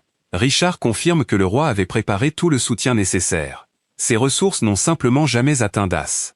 Richard soupçonne actuellement que son frère cadet, Maher, pourrait être lié à ce qui s'est passé, mais il n'a pas assez de preuves pour parvenir à une conclusion. Ce que Richard sait, c'est que si des gens corrompus continuent à manipuler le pouvoir dans l'ombre, le royaume finira par se détruire lui-même. Il confie donc à Narius une mission secrète. Ramener Diane et le sceau royal avant qu'elle n'atteigne Das. Si Narius rencontre Das lui-même en chemin, il a l'ordre de donner au seigneur de la frontière la moitié de l'argent qu'il transporte. Un héros national se bat pendant 20 ans de guerre seulement pour être envoyé sur une prairie vide, sans assez de capital pour construire correctement une maison. Peu importe comment on regarde la chose, c'est un échec assez embarrassant de la logistique royale. Malheureusement, Diane se déplace plus vite que prévu. Elle arrive directement au domaine de Casdex, et dit à Elden que Diaz est un rebelle qui doit être éliminé, et que ses biens doivent être confisqués pour le bien du royaume. Diane a déjà perdu un nombre considérable de soldats par désertion pendant le voyage. Cela signifie que sa demande que Casdex se joigne à la campagne ne vise pas seulement à forcer Elden à choisir un camp. Elle a réellement besoin de plus de troupes. Elden refuse de marcher contre son ami simplement parce que Diane le lui dit. Il exige des preuves que Diaz a réellement rebelle. Diane produit un décret d'apparence officielle portant le sceau royal rouge du roi. Le document ordonne à Casdex de mobiliser ses troupes et ses ressources et de coopérer avec Diane pour détruire Das. Les gens d'Eldon l'inspectent soigneusement et remarquent que le libellé ne suit pas parfaitement le format normal des décrets royaux. Le sceau, cependant, est authentique et pour autant qu'il sache, seul le roi est autorisé à l'utiliser. Tout dans le document semble suspect. Pourtant, le sceau authentique signifie que Casdex ne peut pas simplement prétendre n'avoir jamais vu l'ordre. Elden organise immédiatement un banquet de bienvenue pour occuper Diane aussi longtemps que possible. Si le problème diplomatique n'a pas encore de réponse, la première étape consiste apparemment à s'assurer que l'invité s'assoit et mange lentement. Pendant ce temps, Gareth est envoyé à toute vitesse vers Ilk pour avertir Diaz.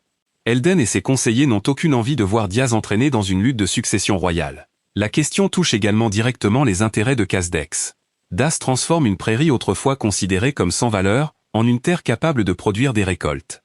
Si Ilk peut faire pousser de la nourriture avec succès, les bénéfices s'étendront à Ilk, à Casdex, et à toute la région environnante. Durand finit par revenir en portant la réponse de Das et Elden devient encore plus confus après l'avoir lu. Das ne demande pas à Casdex de résister au décret. Il ne demande pas non plus de soldats pour se protéger. Sa réponse dit simplement à Elden de coopérer avec Diane exactement comme le document l'ordonne. Personne ne comprend ce que Diaz prépare, ni ne peut confirmer s'il a déjà reconnu quelques plans qui pourraient exister derrière le décret. Le seul fait certain est que Das lui-même a ordonné à son ami d'obéir à l'ordre et de marcher vers Ilk. L'atmosphère à l'intérieur du village commence également à changer. Un jeune homme aux cheveux bruns dit à une fille du clan Masti qu'il protégera tout le monde de son peuple, même si cela lui coûte la vie. Elle rejette immédiatement la déclaration dramatique. Personne n'a besoin d'un héros dont le premier instinct est de promettre de mourir. Le jeune homme s'interrompt, puis change la promesse. Il survivra et reviendra, et il espère qu'elle l'attendra. Avec la guerre qui approche, une promesse de vivre porte soudain bien plus de poids qu'une offre de mourir.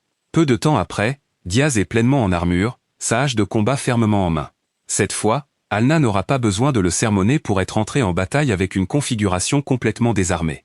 Dehors sur les prairies, Quelqu'un observe l'horizon lointain à travers une longue vue tandis que des groupes de personnes apparaissent progressivement. Certains sont des soldats en armure tandis que d'autres appartiennent à plusieurs races différentes. Puis Diane elle-même apparaît à cheval au milieu d'une formation armée qui avance directement vers Ilk.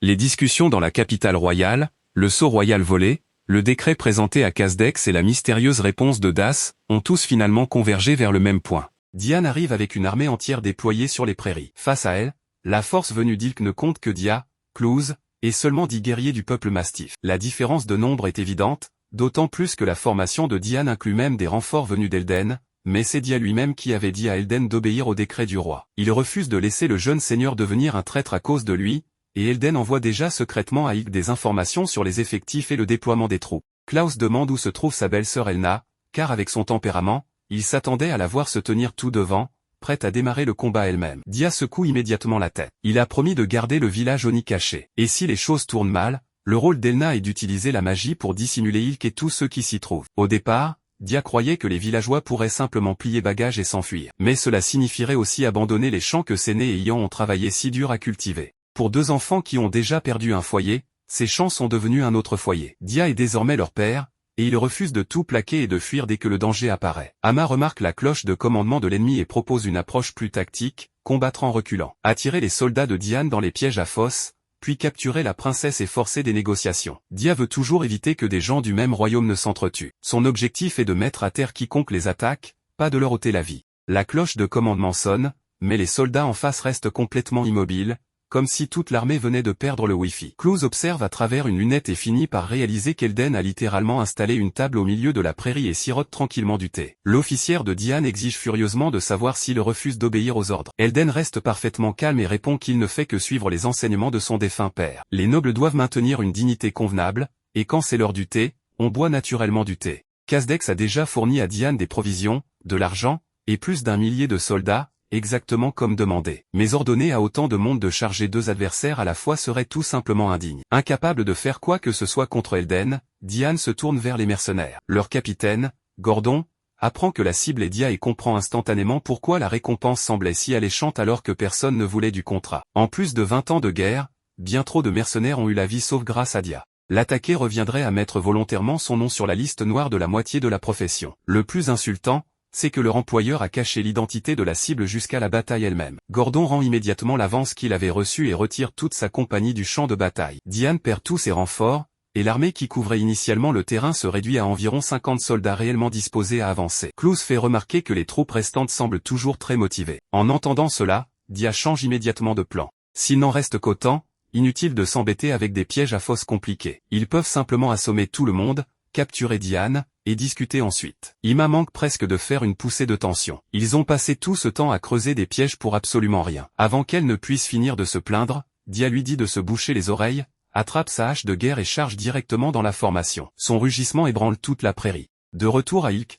Elna déclare que soutenir son mari pendant qu'il combat fait aussi partie du rôle d'épouse, et les femmes du village se préparent à se déployer. Grand-mère May effectue une divination et ne reçoit que des signes favorables, rassurant tout le monde avec assurance, Ilk va gagner. Sur le champ de bataille, Dia envoie les soldats voler les uns après les autres tout en évitant délibérément les coups mortels. Clouse reste près de lui et intercepte quiconque tente de contourner pour atteindre l'angle mort de Dia. Quand les forces ennemies ont été réduites de moitié environ, les guerriers mastifs de Marf entrent officiellement dans la bataille, portant un équipement que Klaus a conçu spécialement pour eux. L'armure est fabriquée à partir de matériaux de dragon de terre et ajustée pour s'adapter à leur corps plus petit. Ils chargent au ras du sol et percutent directement les jambes de leurs adversaires. Face à une tempête de guerriers canins compacts, les soldats de Diane ne peuvent pas faire grand-chose d'autre que se faire complètement submerger. Clouse, pendant ce temps, se bat de façon bien plus prudente qu'auparavant. Il a promis à Kani qu'il survivrait et reviendrait. Alors, sa vieille habitude de parler de sacrifice héroïque a enfin disparu. Elden et Kamaroti observent de loin. Kamaro est stupéfait par l'endurance de Dia, le soutien de Klaus, et surtout la capacité de combat des guerriers canins plus petits. Il avait autrefois supposé que leur petite taille les rendait inadaptés au combat, mais réalise maintenant que ce préjugé était la seule chose qui limitait son jugement. Elden comprend, lui aussi, qu'Ilk a bien plus à enseigner qu'il ne l'avait imaginé. Diane, pendant ce temps, a le visage d'une personne qu'on aurait trempée puis essorée. Casdex refuse de combattre. Les mercenaires sont partis et ses propres soldats sont éparpillés sur le terrain. Furieuse, elle actionne le sceptre du roi fondateur, un trésor national censé pouvoir réduire en cendres des dizaines de milliers de soldats. Pourtant, entre ses mains, il ne produit pas même un filet de fumée. À ce stade, il n'y a plus personne à blâmer. Démarrer une guerre sans avoir lu le mode d'emploi n'était probablement pas la décision la plus intelligente. Diane, furieuse, jette le sceptre et s'enfuit. À cet instant précis, Elna et plusieurs membres du peuple canin, dissimulés sous une magie de dissimulation, se mettent en position. Elle ordonne aux autres de rassembler les chevaux et de récupérer le sceptre abandonné comme butin. Quant à la princesse, Elna prévoit de lui donner personnellement une leçon qu'elle n'oubliera jamais. Elle suit Diane jusque dans la forêt orientale.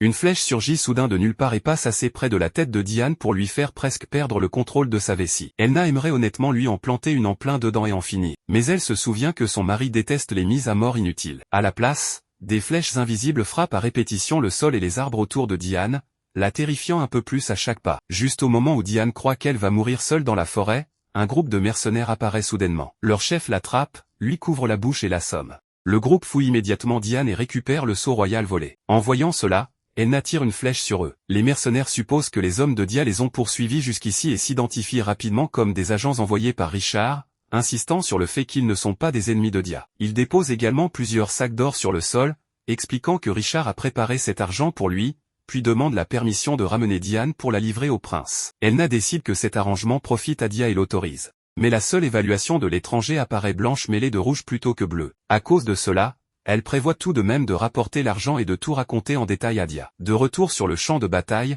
Clouse lève sa lance et annonce la victoire. Personne à Ilk n'est mort, tandis que les soldats ennemis n'ont subi que des blessures mineures. Exactement le résultat que voulait Dia. Le seul problème, c'est que Diane a disparu avant qu'il ait pu lui faire personnellement la leçon. Quand Imal entend paraître déçu à ce sujet, elle grimpe sur sa tête, se met à lui tirer les cheveux et se plaint que s'ils ne voulaient tuer personne, ils auraient simplement dû utiliser les pièges à fosse comme prévu. Au lieu de ça, il a abandonné toute la stratégie à mi-chemin et a chargé 50 soldats de front. Le fait que cet homme ait survécu à 20 ans de guerre relève honnêtement du miracle. Dia explique innocemment que, pendant la guerre, il avait un compagnon extrêmement doué en stratégie. Tout ce que Dia avait à faire, c'était écouter les instructions puis charger. Mais ce même esprit direct explique aussi pourquoi les jeux politiques ont tant de mal à l'entraîner dedans. Son objectif reste simple, protéger le village, protéger les gens, et ne tuer que si c'est absolument nécessaire. Elden finit par amener Kamrod pour discuter de la libération des prisonniers et d'une reddition. Dia comprend la partie sur la libération des prisonniers, mais reste complètement perplexe face au mot « reddition »,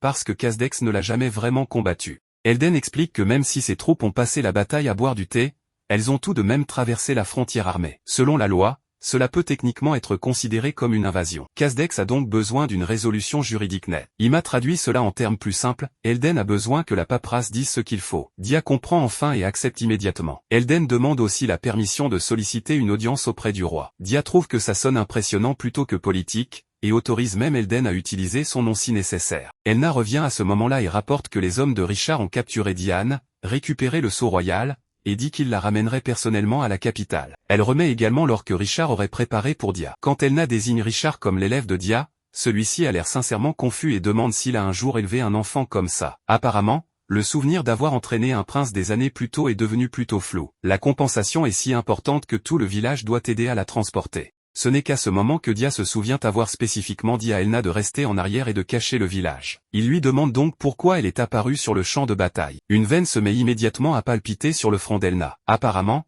la veille au soir, elle lui avait clairement dit qu'il était hors de question qu'elle reste cachée au village pendant un événement aussi important. Dia avait simplement hoché la tête à l'époque, puis complètement oublié la conversation. À leur retour à Ilk, ses ayants se précipitent immédiatement dehors et enroulent leurs bras autour de Dia. Ils serrent les deux enfants dans une étreinte forte. Les champs sont toujours là. Leur foyer est toujours là. Et cette fois, sa promesse de ne pas les abandonner est, elle aussi, toujours intacte. Klaus retrouve Kani, visiblement soulagé qu'il ait tenu sa promesse et soit revenu vivant. Klaus ne tourne plus autour du sujet. Il la serre dans ses bras et dit directement « Je t'aime ». Kani répond « Je t'aime aussi ». Le couple de bêtes gens offre alors à tout le village une généreuse dose de romance publique. Le jeune homme qui pensait autrefois que mourir héroïquement était admirable a désormais quelqu'un vers qui il veut sincèrement revenir. L'objet de butin le plus intéressant reste néanmoins le sceptre abandonné par Diane. Elna examine le joyau et y déverse du mana. La pierre s'illumine, mais rien d'autre ne se produit. Puis Dia prend l'arme. Il remarque avec désinvolture qu'elle ressemble étrangement à la hache de guerre qu'il utilise habituellement. Un instant plus tard, la tête de bête dorée bouge soudainement et déchaîne un torrent de feu colossal. Le visage de Dia devient complètement vide tandis que tous ceux qui l'entourent se figent et regardent la prairie s'illuminer. Elna réalise enfin que le bruitement doux prédit par grand-mère mais dans sa divination était probablement exactement cette explosion. Pendant qu'Ilk vient tout juste de découvrir la fonction réelle du sceptre, le conspirateur aux cheveux argentés est ailleurs, à genoux devant son commanditaire, suppliant pour une nouvelle chance de tuer Dia. La réponse est glaciale. Il a déjà échoué 3 fois, et son employeur n'a aucune intention de jeter davantage d'argent sur quelqu'un d'inutile. Des soldats reçoivent l'ordre de se débarrasser définitivement de l'homme aux cheveux argentés. La famille royale, de son côté, commence à faire le ménage dans les conséquences de l'affaire. Diane a tellement mis le roi en colère qu'elle est placée en confinement dans un temple. Au même moment, une enquête met au jour plusieurs nobles alignés sur le prince Ma, qui avait détourné des fonds et des provisions initialement destinés à Dia. Les responsables affirment avoir agi de leur propre chef, ce qui signifie que Maher lui-même n'est pas directement puni, et il n'existe pas encore assez de preuves pour conclure qu'il a personnellement ordonné le stratagème. Politiquement, cependant, sa faction encaisse tout de même un coup sérieux. Les gens de l'extérieur supposent que Richard est celui qui a le plus profité de toute cette affaire, mais même sa propre faction admet qu'Elden a peut-être mieux joué le jeu que quiconque. Après avoir obtenu une audience auprès du roi, Elden demande 3 années d'exemption fiscale pour Casdex et pour le territoire de Dia. Le sceau royal volé avait été utilisé pour créer un faux décret qui a causé de sérieux problèmes aux 2 terres. Et comme le roi a également un faible pour Dia, la demande est approuvée. Casdex contrôle le commerce occidental, donc 3 années sans impôt pourraient permettre à sa richesse de croître à une vitesse incroyable. La faction de Richard le comprend parfaitement, mais elle a peu de raisons d'interférer avec Elden. C'est lui qui a exposé la faction de Mézé en premier lieu, et il a ouvertement déclaré devant le trône que Richard serait le prochain roi le plus approprié. Elden s'est assuré des avantages économiques tout en plaçant simultanément son pari politique sur un candidat solide. Le jeune seigneur a beau paraître doux et inoffensif, la seule chose qui sépare ses manœuvres politiques de celles d'un stratège légendaire, c'est l'éventail de plumes manquant. Elden comprend que la politique consiste à donner aux autres des raisons de vouloir se tenir à ses côtés. Le sceau royal finit par retourner à la couronne. Le sceptre du roi fondateur, en revanche, reste porté disparu aux yeux de la capitale. En réalité, le trésor national repose confortablement à Hill. Après avoir découvert qu'il pouvait cracher du feu, les villageois se sont mis à l'utiliser comme un briquet géant dans la vie quotidienne. Une arme jadis célébrée dans la légende pour avoir réduit en cendres des dizaines de milliers de soldats n'avait probablement jamais imaginé que ce serait là son plan de retraite. Après une journée épuisante, tout le monde se rassemble sous sa lumière chaleureuse, enfin capable de se reposer.